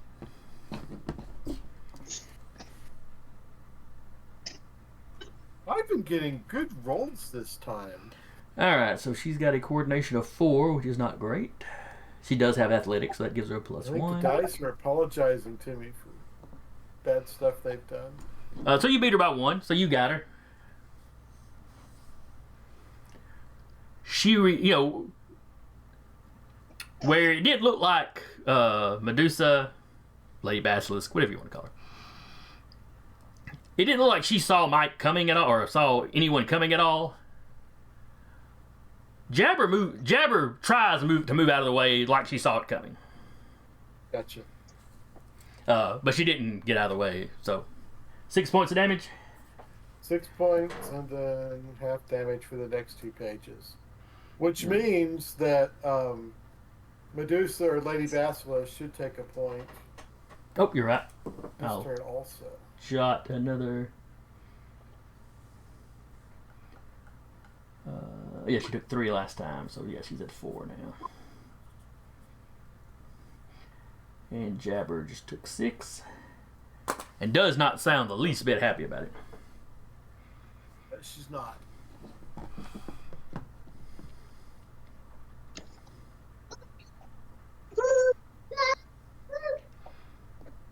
Alright, then Blue.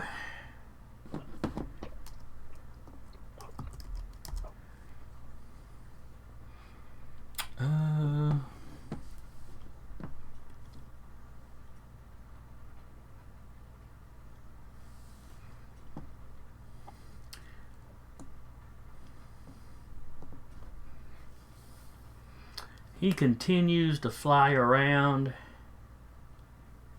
But this time he's going to try to put the since he can see the overlay, or since he can see kind of both realities, he's going to try to put the same condition on Fairy Prince that he put on Muscle. So coordination versus coordination.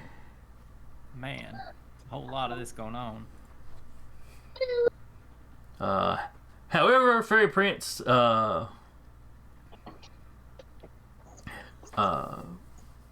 you realize he's trying to distract you, so you manage to keep yourself focused on the other enemies.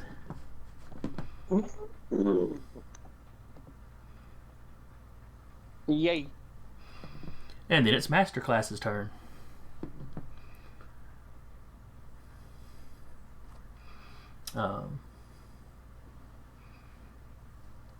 And while he's trying to distract you, you do hear the bird guy basically screaming, to Masterclass, "He's still standing right in front of you! Stab him! Stab him!" So Masterclass is just with his sword out, just lunges forward to do a stab in front of you. I'll be giving him -2 because he's basically just, he's stabbing generally in the direction he remembered you being. I believe his coordination was a 6. Let me double check. Or not his coordination, his prowess. No, his prowess was a 7. But he doesn't get his skill factored in. Rolled a 1 on the die, so he only got an 8.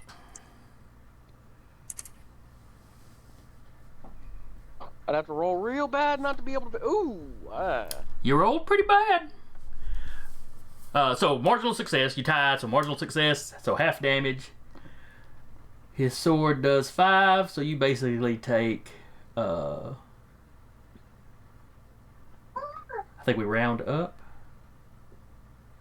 Yeah. So two and a half, becomes 3.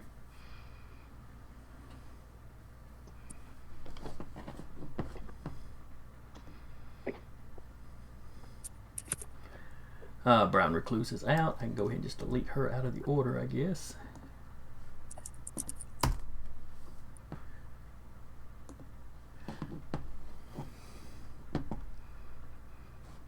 And then the fire guy.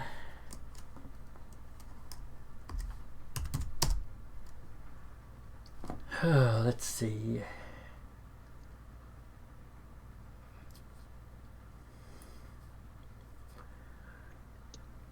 He would have heard the bird guy shouting.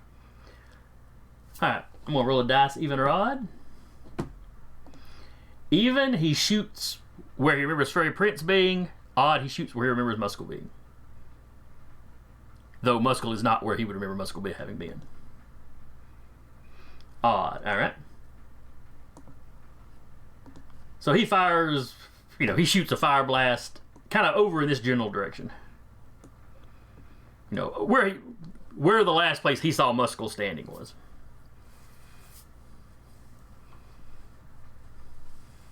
And then he looks at the bird guy and basically yells, "Did I get him?"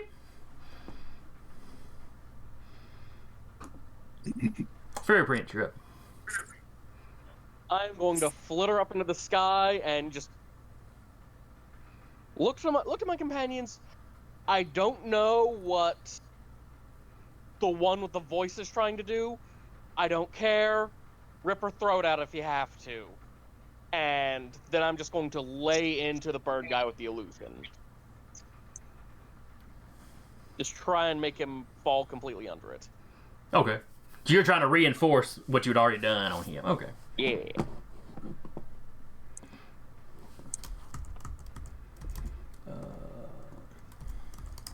So that's an 11. All right. This is Rolled twice awareness. for some reason.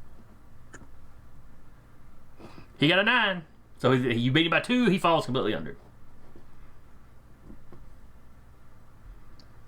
Mm-hmm. Muscle, you're up. Well,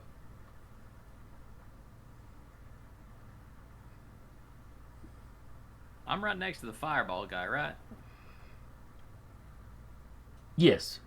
Now he's up in the air a little bit, but yeah. Am I able to reach him? He's do I need, floating. He's floating about even with the top of the building, which is only a 1-story building. It's not like super tall. Can you jump at all? Not any kind of super sense. But with your Just, with your strength, I would say you could probably jump up high enough to snag him by the ankle. I'll use my growth ability and then jump and slap at him. Okay. If that's quite all right. Because once I'm 8 foot tall, you reach up about 10 foot. I could probably jump and hit him. Yeah. That sounds reasonable. I'm willing to take a -2 to the attack if you believe that's fair. Don't worry about that because he can't see you coming, so it'll just wash out. You know, All right. the penalty for this awkward attack versus him having a penalty to dodge you. It's just a wash. It's gonna be another 10. All 2 right. minimum rolls in a row. He's got a impressive prowess of a 3. So that's a 6, 7, 8, 9, 10. You beat him by 4. He in his fire form, he has an aura. So you take 7 points of damage as you hit him. Oof. But you do hit him for full effect. And while it seems like he's kind of made of fire, there's something solid there that you connect with.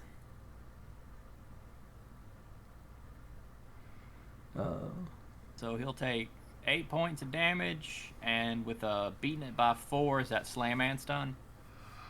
Yes, but he's only got 7 stamina, so you've knocked him plain out already. Hey, all right.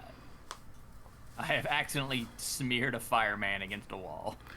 Well, you basically jumped up and like volleyball popped him. So Been spiked. you see him kind of go flying across. You know, vertically, you knocked him kind of on top of the roof. As he's passing out of sight, you see the fire going out around him, and then you hear him kind of hitting skid on the roof. Oof. That's rough. Yeah, he's gonna have a little road rash probably. Might need to get a tetanus shot. Most stuff around here seems to be a little rusty. Oops.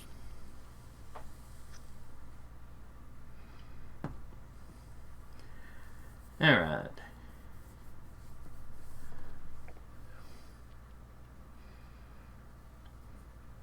All right, then Jabber's turn.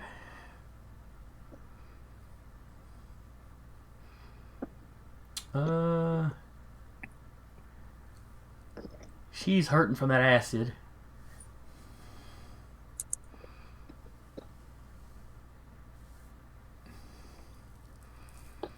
Eddie, she focuses in your direction, and the humming cuts off just long enough for her to shout about, you know, how much she hates you and how much you suck, and that's, you know, her sonic attack.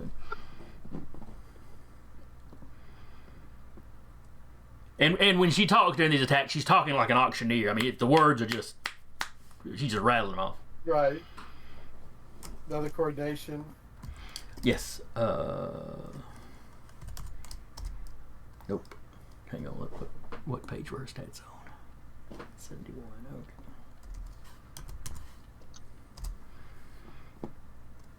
Okay. And I'm betting you have a far higher coordination than she does. Eh, she almost got you. So you leap out of the way. Her sonic blast hits the kind of the front wall.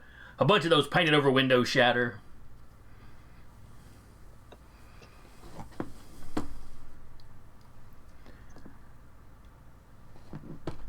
Then it is Medusa's turn, and she is going to try to escape.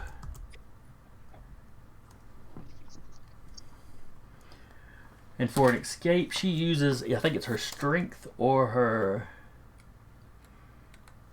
prowess or her coordinate. Let me check. Rather than try to remember off the top of my head. Alright, you can attempt to escape a hold with prowess or strength test against the attacker's strength. So anyone needs to give me a strength roll. Okay.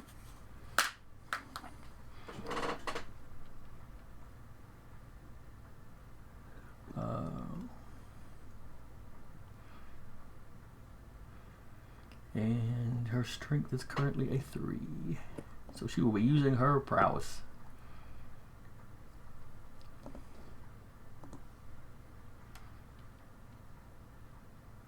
So she got an 8.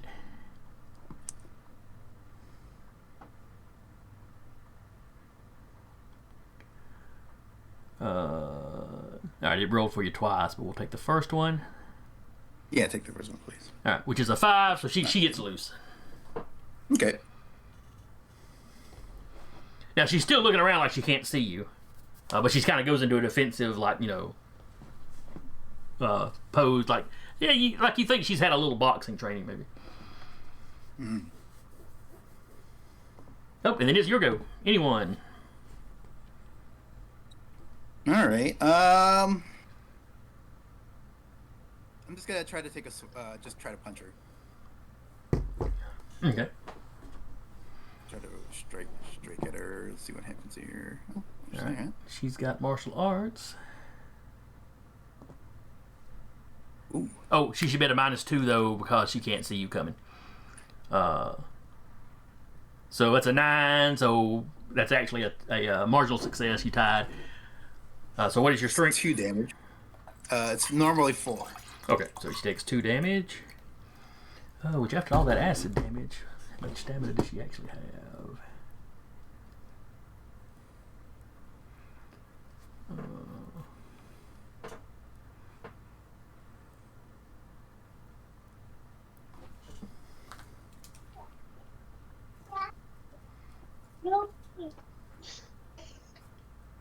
Alright, so she's taking a total of 6.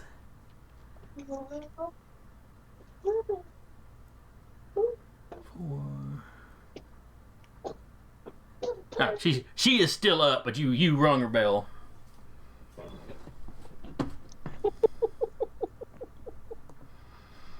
Eddie, you're up. Okay. It's your turn. So Jabber takes some more damage. Jabber should take 3 points, and Medusa, Lady Basilisk should take her last 1 point. Alright. Jabber passes out from the pain. Then I am going to take another Dragon Breath attack at Medusa. Okay. See how that goes.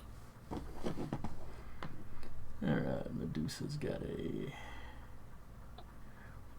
Oh, this is her coordinate. Oh, this is her coordination. Poor dear.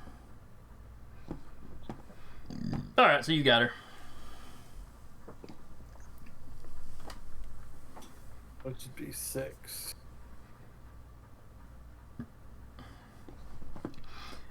Alright, and she passes out.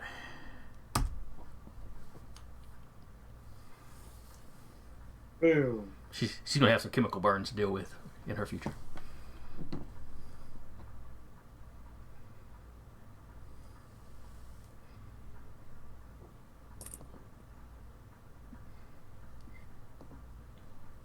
All The right. numbers are thinning out. Then it's the bird guys go.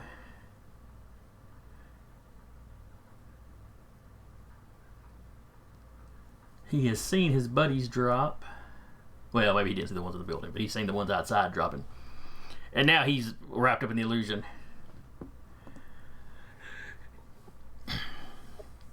He yells, MC, I'm getting out of here, and then he just shoots straight up. From his point of view, through the canopy of the trees. The rest of y'all just see him going straight up.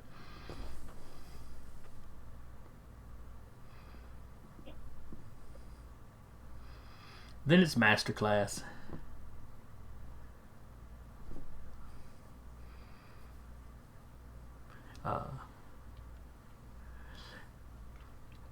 Fairy Prince, he's looking in your general direction. Like he knows you're out there somewhere, but he clearly does not actually see you. And I am thoroughly in the air. So he's looking in the general direction that you were standing before you took off. Or maybe he heard, well, no.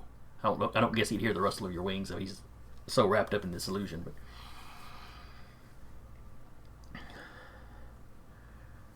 But he sheathes the sword. Well, actually, he just drops his sword, speeds the factory. Reaches into a pouch. Pulls out, it almost looks like a wand. You know, it's a stick about, you know, like if it was like a small magic wand almost.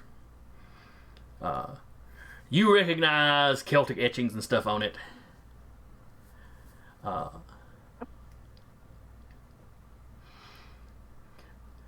I really didn't want to do this, Tom.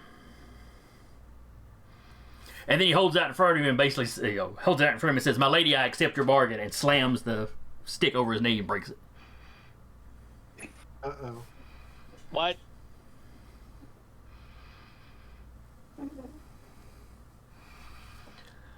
That doesn't sound good. And then he looks at the two pieces and goes, "Oh man, I hope this doesn't end up costing me more than I think it's going to." He drops them on the ground. What did you do?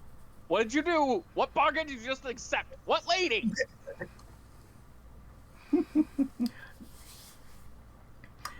Answer now, or I swear to God, the pain will never stop. The rest of you, well, basically everybody now, the way I described the bird guy seeing the illusion when he was only half believing, you know, when he was, you know, when it hadn't fully captured him, right. All of you see basically what looks like a magical forest overlaying this place now. It's not as dark and scary as the one. There's no like giant spiders in the trees.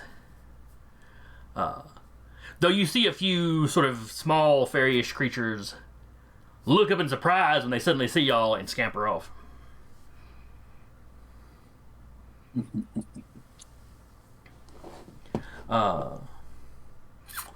Tom, would you like to give me a...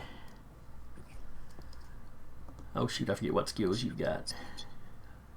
Probably an awareness occult. Uh-huh.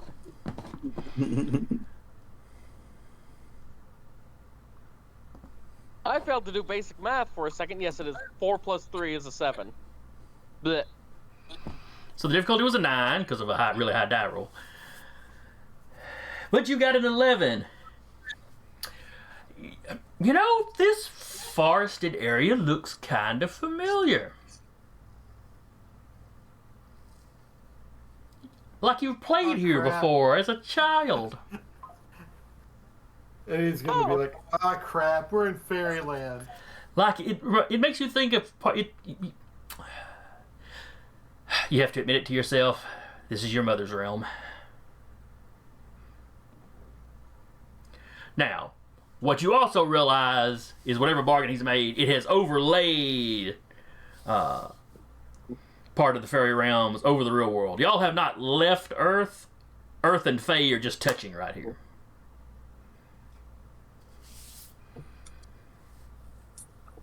You don't know how big an area, but theoretically, if y'all got to the edge of it and like stepped out of it, you would step out into normal Earth. Not you know. you'll stay in the area, even though they're overlaid here, so you're kind of in both places here. Just running away, you will stay anchored to the realm that you were already in. Am I making sense there? Yeah. Okay, I wasn't sure I was wording that one well. We have to physically exit the area, or else we're stuck here. Right. And while y'all are within that area, y'all are kind of in the real world and the fairy realms. Gotcha. You also hear a lot of commotion coming from the woods. Actually, I take that back. Y'all probably wouldn't hear much commotion because it's not like it's people running through the woods.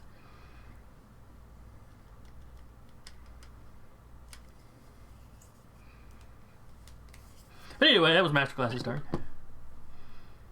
Fairy Prince, you're up. I'm going to address our group and just say, we need to leave now.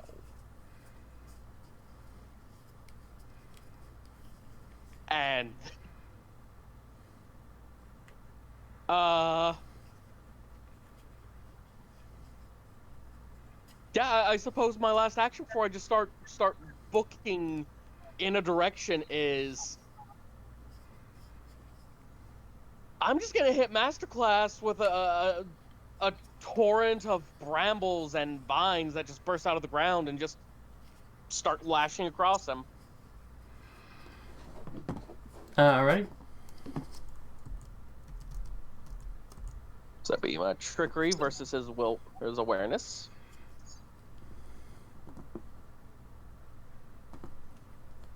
Ooh, bad roll for him. He screams and passes out.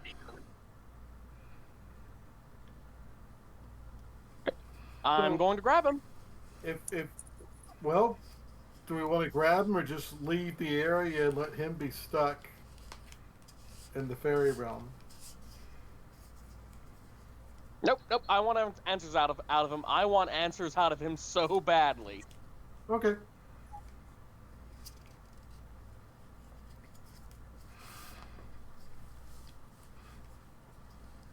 Can we at least leave some of them to be trapped here? Sure, I don't care about him. Alright, so the bird guy has flown away, leaving Masterclass, the last guy that was conscious. Y'all knocked him out, so everybody is either knocked out or fled. Other than Bobby.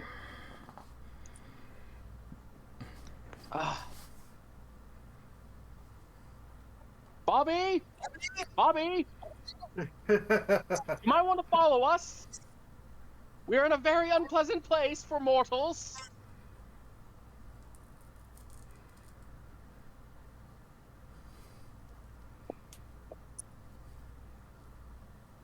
I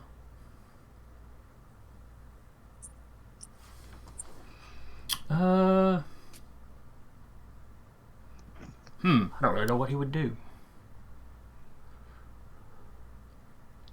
Give me a willpower roll. Like, I'm not gonna go in there and drag him out. Like, he's free to follow or not.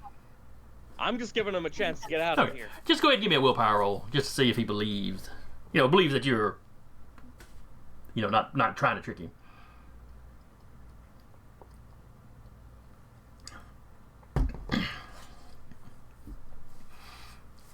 Okay, he comes running out. He's in his Hellfire uniform now, Sans helmet.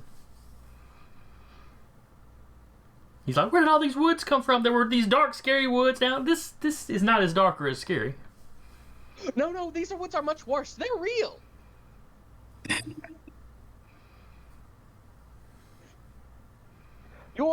This one here, and I just jangle Masterclass in front of him by the straps on his uniform and just say, this one here did something very stupid and made a deal with something very scary.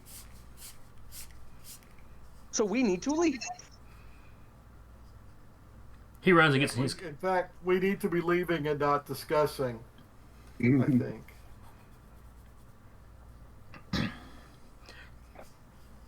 Everybody give me awareness rolls as Bobby runs and gets in his car.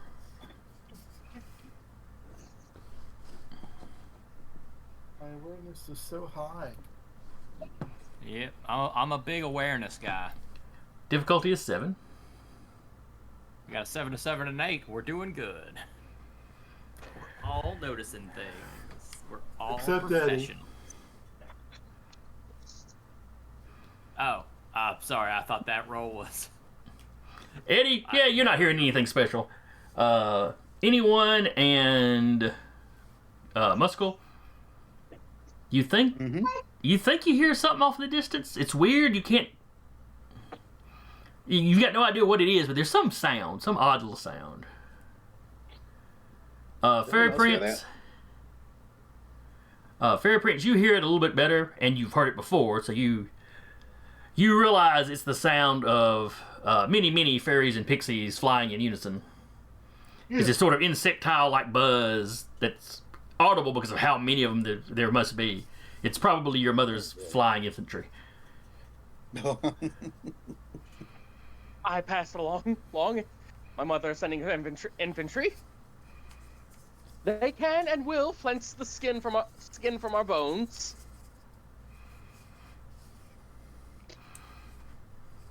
Bobby is pulling out of the... He's heading down the road, but having to dodge the trees that are mysteriously growing up in the road now. Do I need to play distraction for a few minutes? Let y'all get a head start. No, we all just need to leave. All right then. I'll keep trucking it with you. Let's run. Alright, so y'all head back to y'all's van.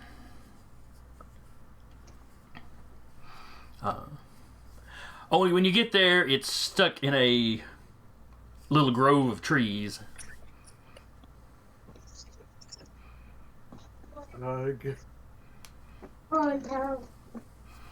And that buzzing sound is getting louder. Even Eddie can hear it now.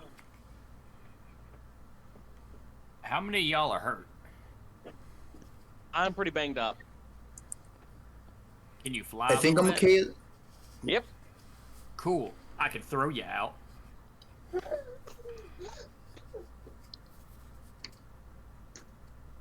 What about Eddie? I'm fine. Same. we could Assuming we healed all the stamina loss from the last issue. Yes. we can take turns me throwing you as far as I can throw you. It's gonna be faster than running. Seems like that would hurt too, though. That's why I asked if they were okay.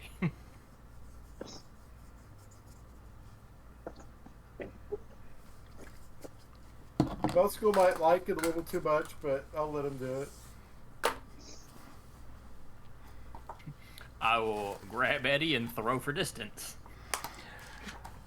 Alrighty, let me, was expecting a pyramid test as y'all ran and tried to hide, but we can do it this way too. Let me find the benchmarks. Alright, what is your strength? Currently due to growth, 8. Okay.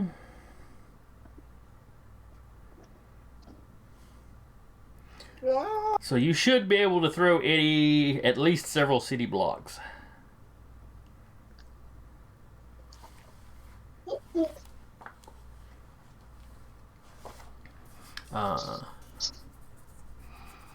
And Fairy Prince, you know this is probably the effect is probably more or less a sphere from where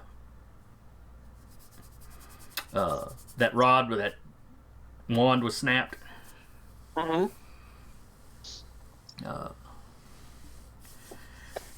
And it probably goes as far as a mile.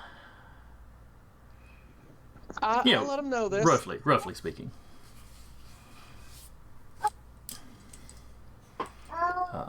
So Eddie, you go flying.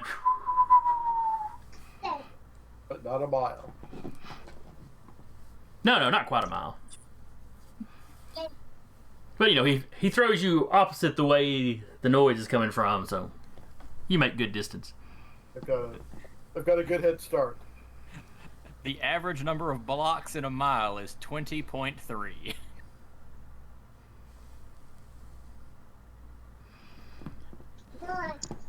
Alright, so Eddie, give me a coordination roll. As you try to if you've got like acrobatics or something that would factor in. As you basically try to tuck and roll as you land. Danger sense apply to that? Probably not.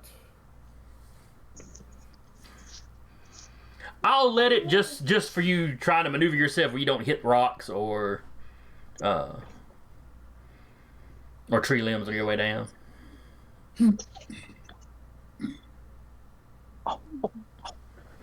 All right. So that's you got a marginal success. So you only take 4 damage as you hit the ground, Okay. and subtract any damage reduction you've got.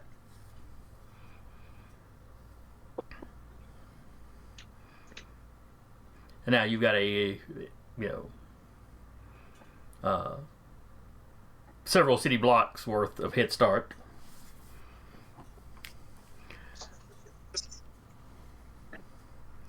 What about Fairy Prince and anyone? I'm fine. Just like I have. How fast do I fly? I have like 4, so that's a good rate. So I can carry either anyone or Masterclass. And Yeah, you fly about car speeds. yeah. And Muscle can just run or So jump. you'd be in good shape. Yeah.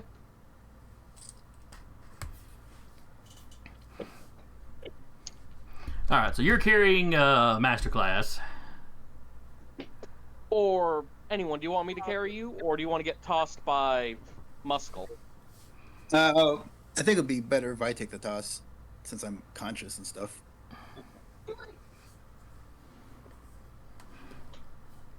All right, so Muscle's going to throw anyone like he did Eddie. Sounds great. All right, anyone, you go arcing through the air. The moment you're airborne, you start wondering if this is really that good an idea. Give me a coordination roll. If you have acrobatics, that'll factor in. If you think you've got some other skill or power that should factor in, just let me know.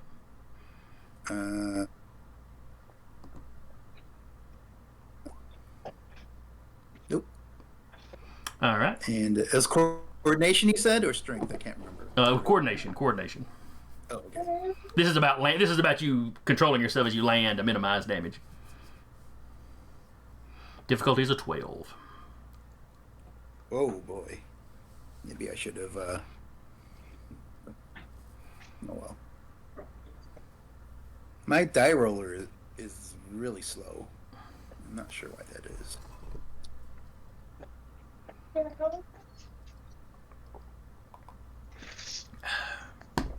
Yeah, I've had it do that in other games with folks before, where it's like somebody's roll 20 just gets a little laggy. There it goes. There it is. So you got an 8. Oh. All right, so massive failure. Mm-hmm. So you take the full 8 damage. Oh, okay. Well, that knocks me out.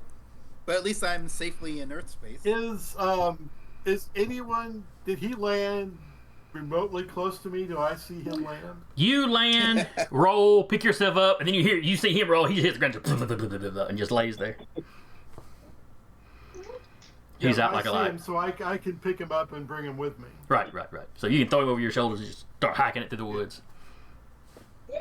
I'll do that.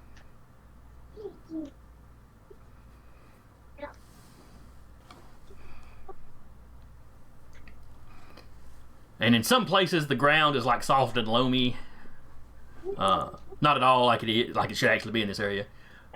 But then in other spots, as you're running, you come up on like normal looking highway, just with the occasional tree growing up out of it. All right, Fairy Prince, you're taking off in the flight. Muscle, you can run fairly fast. I can run at car speeds for a little bit. Okay.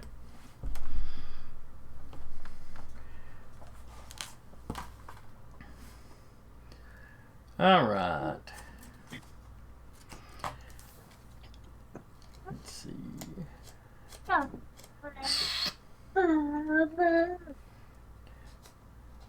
find.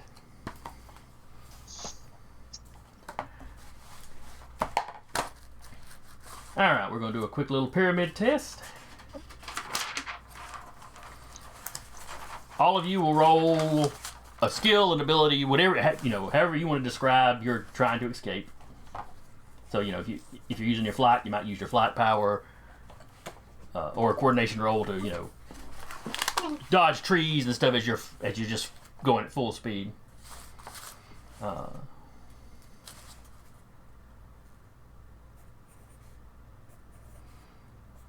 So you need a massive success, but you can use lesser successes to build up to that.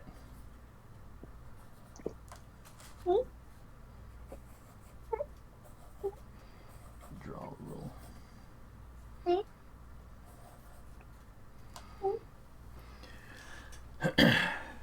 So for the first round, I am going to count, or I'm going to give Black Dragon advantage because you were given a head start essentially. Okay. So Fairy Prince, you said you were just flying. Yep. All right, give me a, I guess, coordination to make sure you don't, you know, run face first into a tree or something.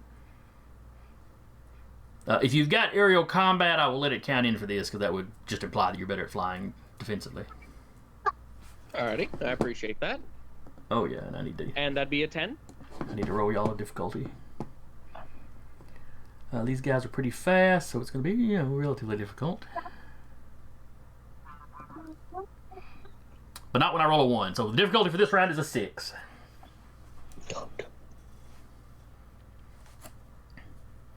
Alright, so that gets you that gets y'all 1 major success.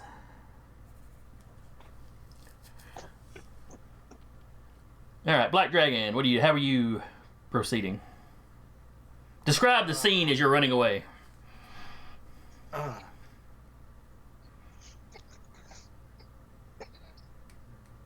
Well, I not sure how I'm supposed to describe the scene. I mean, I know I've got midnight magician over my shoulder, and I'm booking it through whatever obstacles I've got. Okay. All right, let me give you some examples. You could just duck your head and run. You're using your strength to just plow through underbrush. You could use your coordination to try to run and weave between stuff. You could use awareness to try to find the best path. I'm going to use coordination to weave. Or maybe you're using one of your powers to like burn, you know, acid to like burn a path through underbrush and stuff. Just, you know, what method are you using? I guess I should have said rather. I'm just going to use coordination. Okay. My lizard sense to. All right. Like I said, this first round, everybody's difficulty is a 6, so give me a coordination roll.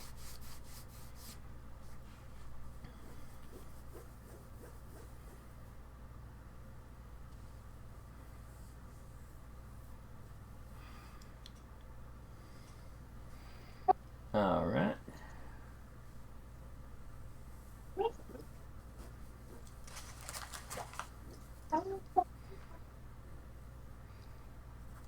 So that definitely succeeded. Anyone? Oh no, anyone's unconscious. Sorry. Muscle, how are you proceeding? I turn to Bobby. I'm gonna run through this and make a direct straight path. You just follow it. And I'm going to just super speed bum rush through, plowing through any tree in my way. All right, that sounds like a strength roll. Yeah. Or prowess, either way you want to do it. I'm going with strength. Okay. It's what I'm best at. It's a 10. Alrighty. And Fairy Prince? Or did you already roll? Another roll?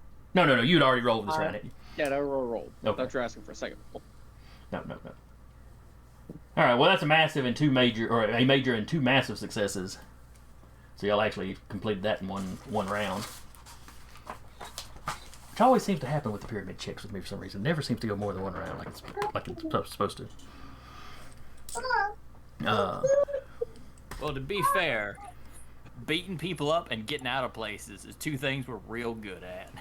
That's true. That was like the first things on the application, y'all, or on the job requirements. Can you hurt people? Yes. Can you run? Yes. Welcome to the team. All right, so y'all are trucking it through the woods. Black Dragon, you think you're making pretty good progress, and then you just hear this freight train behind you. And just a little ways to your left, Muscle just goes streaking past you. Just cleaving a path through all the trees underbrush. A path for me. Yeah. So you fall in behind him, and he does seem to be getting slower the longer he runs. But he's still moving at a good clip by the time he clears this affected area.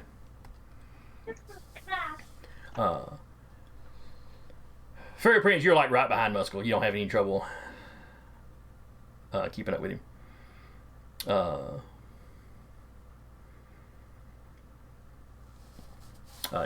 Even Bobby in his car, it's rough terrain in a lot of spots, but he's keeping up pretty good. He's having to dodge a few stumps here and there. That buzzing gets louder and louder. Like you're staying ahead of them, but you're not just like leaving them, in the dust. It's probably good. It's good that Eddie had the head start, and that the rest of y'all had, some kind of power that you move at speed. But y'all are running along, and just all of a sudden it's wood, and then you just step out into a cow pasture, or horse pasture, or whatever. You step out into some pasture land. Y'all proceed a little ways out. Fairy Prince, as you glance back, not too long after y'all get out of it, you see that infantry hit that line. Most of them pull up short before they enter the pasture. One or two of them pass over the line, and just from the mortal realm side, it looks like they just fade out of existence. Which you realize is probably just them being pulled back to Fairy. Whatever deal that this guy made clearly did not give them free reign over the mortal realms. Just in that area. Have a visitor's pass. Right.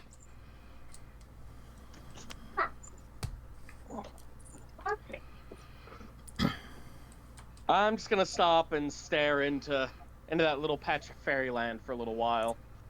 One of the fairies that's a little more decorated up than the rest of them, you recognize him as a higher rank. He's probably the guy in charge of all these people. But he comes to the edge, cups his hands around his mouth, and screams, or not scream. I mean, yells to be heard, not like he's shrieking.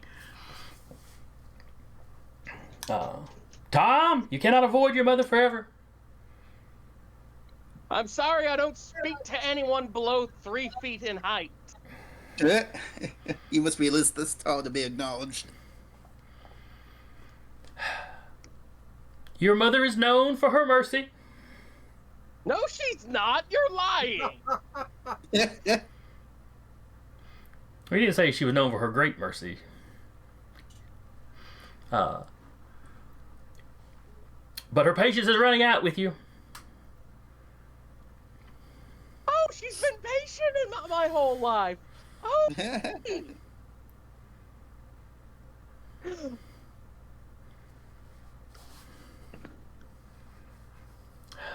Well, tell Mommy Dearest to go to hell.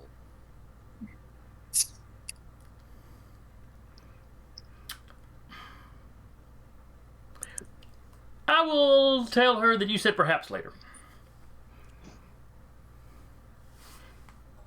Or not at this time.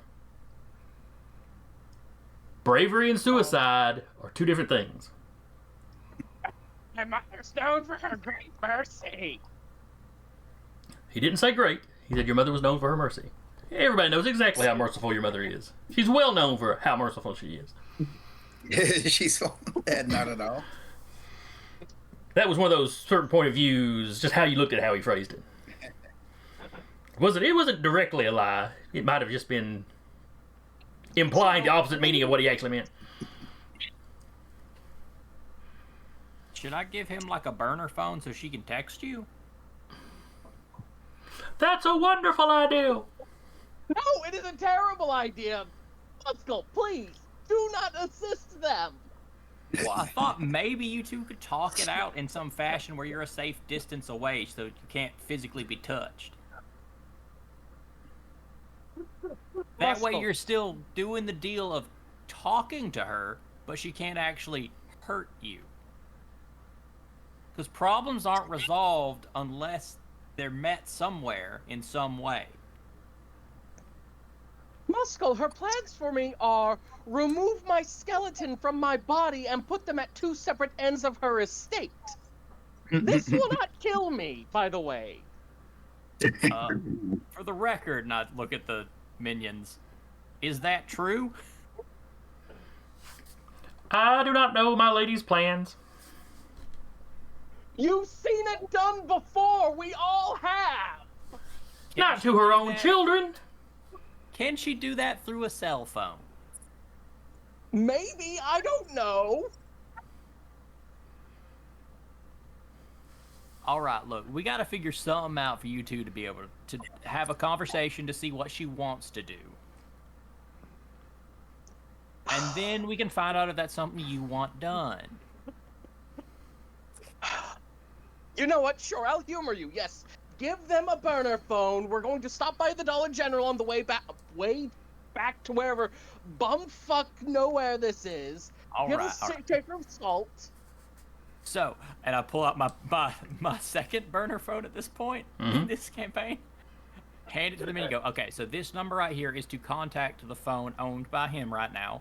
So she can to call or text him. I don't know how often you're on the Earthly Realm. If she doesn't know how to do this, I'm sure she has someone who does. Okay. One of the changelings, perhaps. A phone. Hopefully, one of y'all knows about phone calls and text messages. But since y'all have a pass here for how long? Ooh, give me a willpower roll to see if he answers that question. Gives up the information without thinking about it. See if you're that smooth, or accidentally. 10.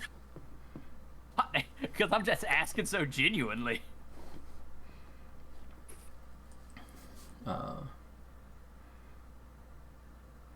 He rolled a 6, so yeah, he doesn't even think about it. But he's basically like, what was it you said? How long do you be here? Yeah, how long? He's like, for another hour or so before the deal concludes and the two realms separate. Oh, well, And we and whoever we've captured return to our realm. Alright, well, let her have this so she can communicate to him. I don't know if it'll work from the Fey realm to here, though. She may have to, open up some kind of portal to allow the connection to the satellite towers and stuff. I'm not sure how that works with magic. I am uncertain of For the next hour, technology. you're going to be able to call. So if you can get to her within the hour, let her text him what her plans are and what she wants done, so he can say yes or no to it.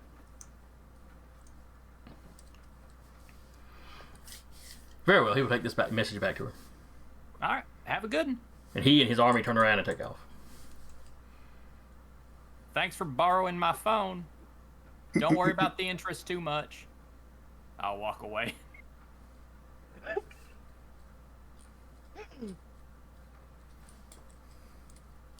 I can't wait till Mommy Dearest calls.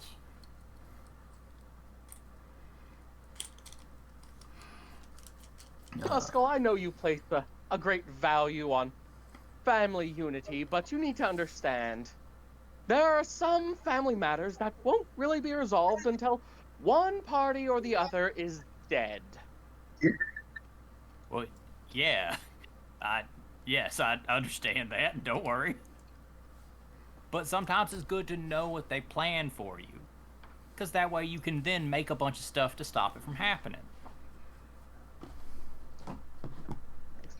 If you know precisely how she wants to bifurcate you, you can set something up to stop the bifurcation.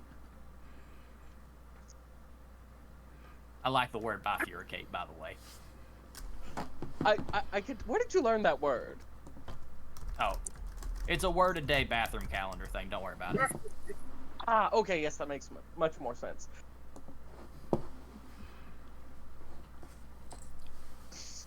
All right, I'm gonna start shaking Masterclass until he wakes up.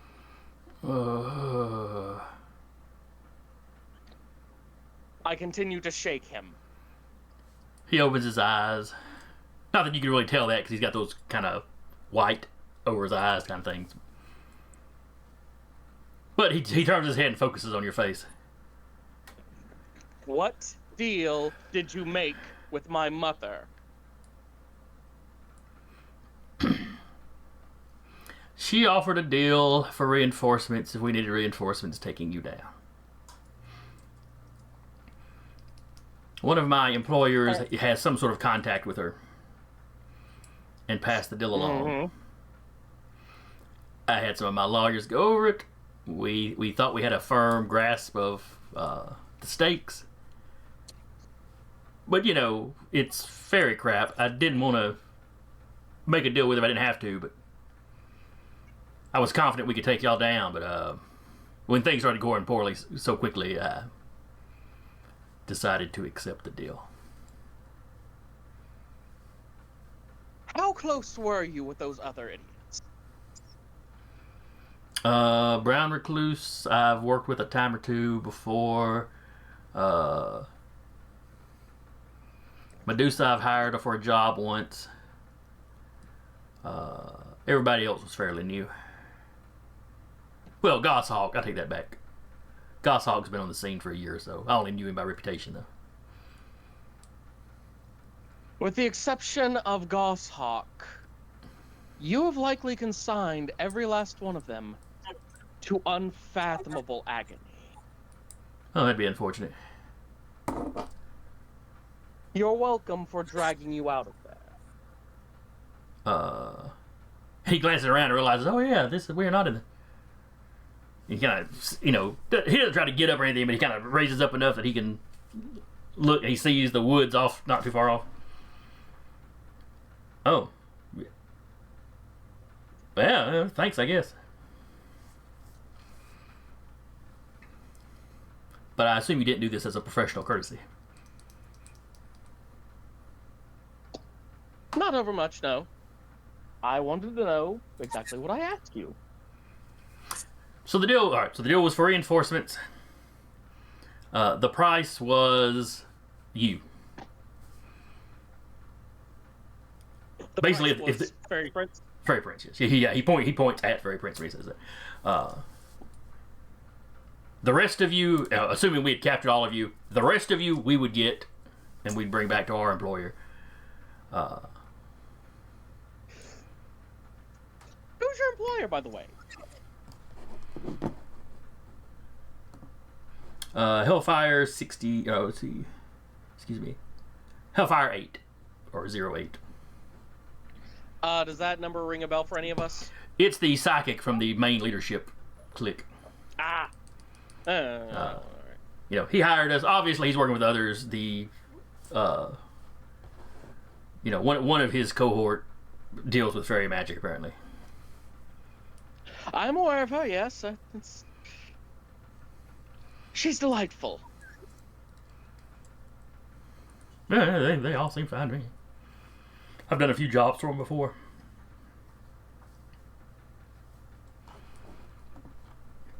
Alright, I'm done here. Do we kill him or just leave him? What? No, you can't kill Masterclass. It's super fun. Hey, Hey. Anthony. Thanks, Muscle. You know each other. We're both I've worked professionals. next to him a couple times. Oh, okay. It was you. Well, then And besides, what are the chances that your mom's going to be PO'd at him and come to collect her pound of flesh? she's probably already taking it out on the other idiots. Has Bobby already driven off? He never stopped driving. The rest of y'all stopped when I got out of the woods, turned, looked back. He just kept going. He rode on up. He plowed through this beat-up barbed wire fence to get out on the road, and he's gone. No. Damn, I was hoping to catch a ride back with him. We're gonna have to buy a new van. What? Wow. Oh, in an hour? I thought the forest was just going to go away in an hour. Is everything in the forest going to go away too? That's a good question. No, everything from the Earth Realm should stay in the Earth Realm. Okay. By the wording of the deal, when it was done, all the fairy stuff would return with whomever they'd captured. So no. Barring them. So my phone's going to be somewhere randomly. I don't know. You handed that to him of your own free will, so it's probably his. Oh, it counts as them captured. It probably counts as his now. Oh, yeah. All right, so we're going to wrap up here with y'all in Masterclass, just sort of in this cow pasture. We'll start up next time with y'all back at y'all safe house. Basically, you can sit there in the cow pasture for an hour, and then once the forest fades, you can go get your van. Tom will probably be getting a phone call on the drive back. We'll cover that next time. We've got about 3 more sessions. So kind of how I plan on it breaking down is there should be one session, because you've already been calling around and trying to get some help. So I figure one session of going around and y'all actually gathering up all the help y'all can find. A session for locating kind of where the heads of this head Hellfires have gotten to, and then trying to take them down. That's roughly how I see it going. And of course, as you've seen both last time and this time, the Hellfires are taking shots at you while this is proceeding. They are no longer staying passive. They know exactly who's coming after them, and they are doing what they can to get you first. But anyway, hope y'all had fun today. I enjoyed it.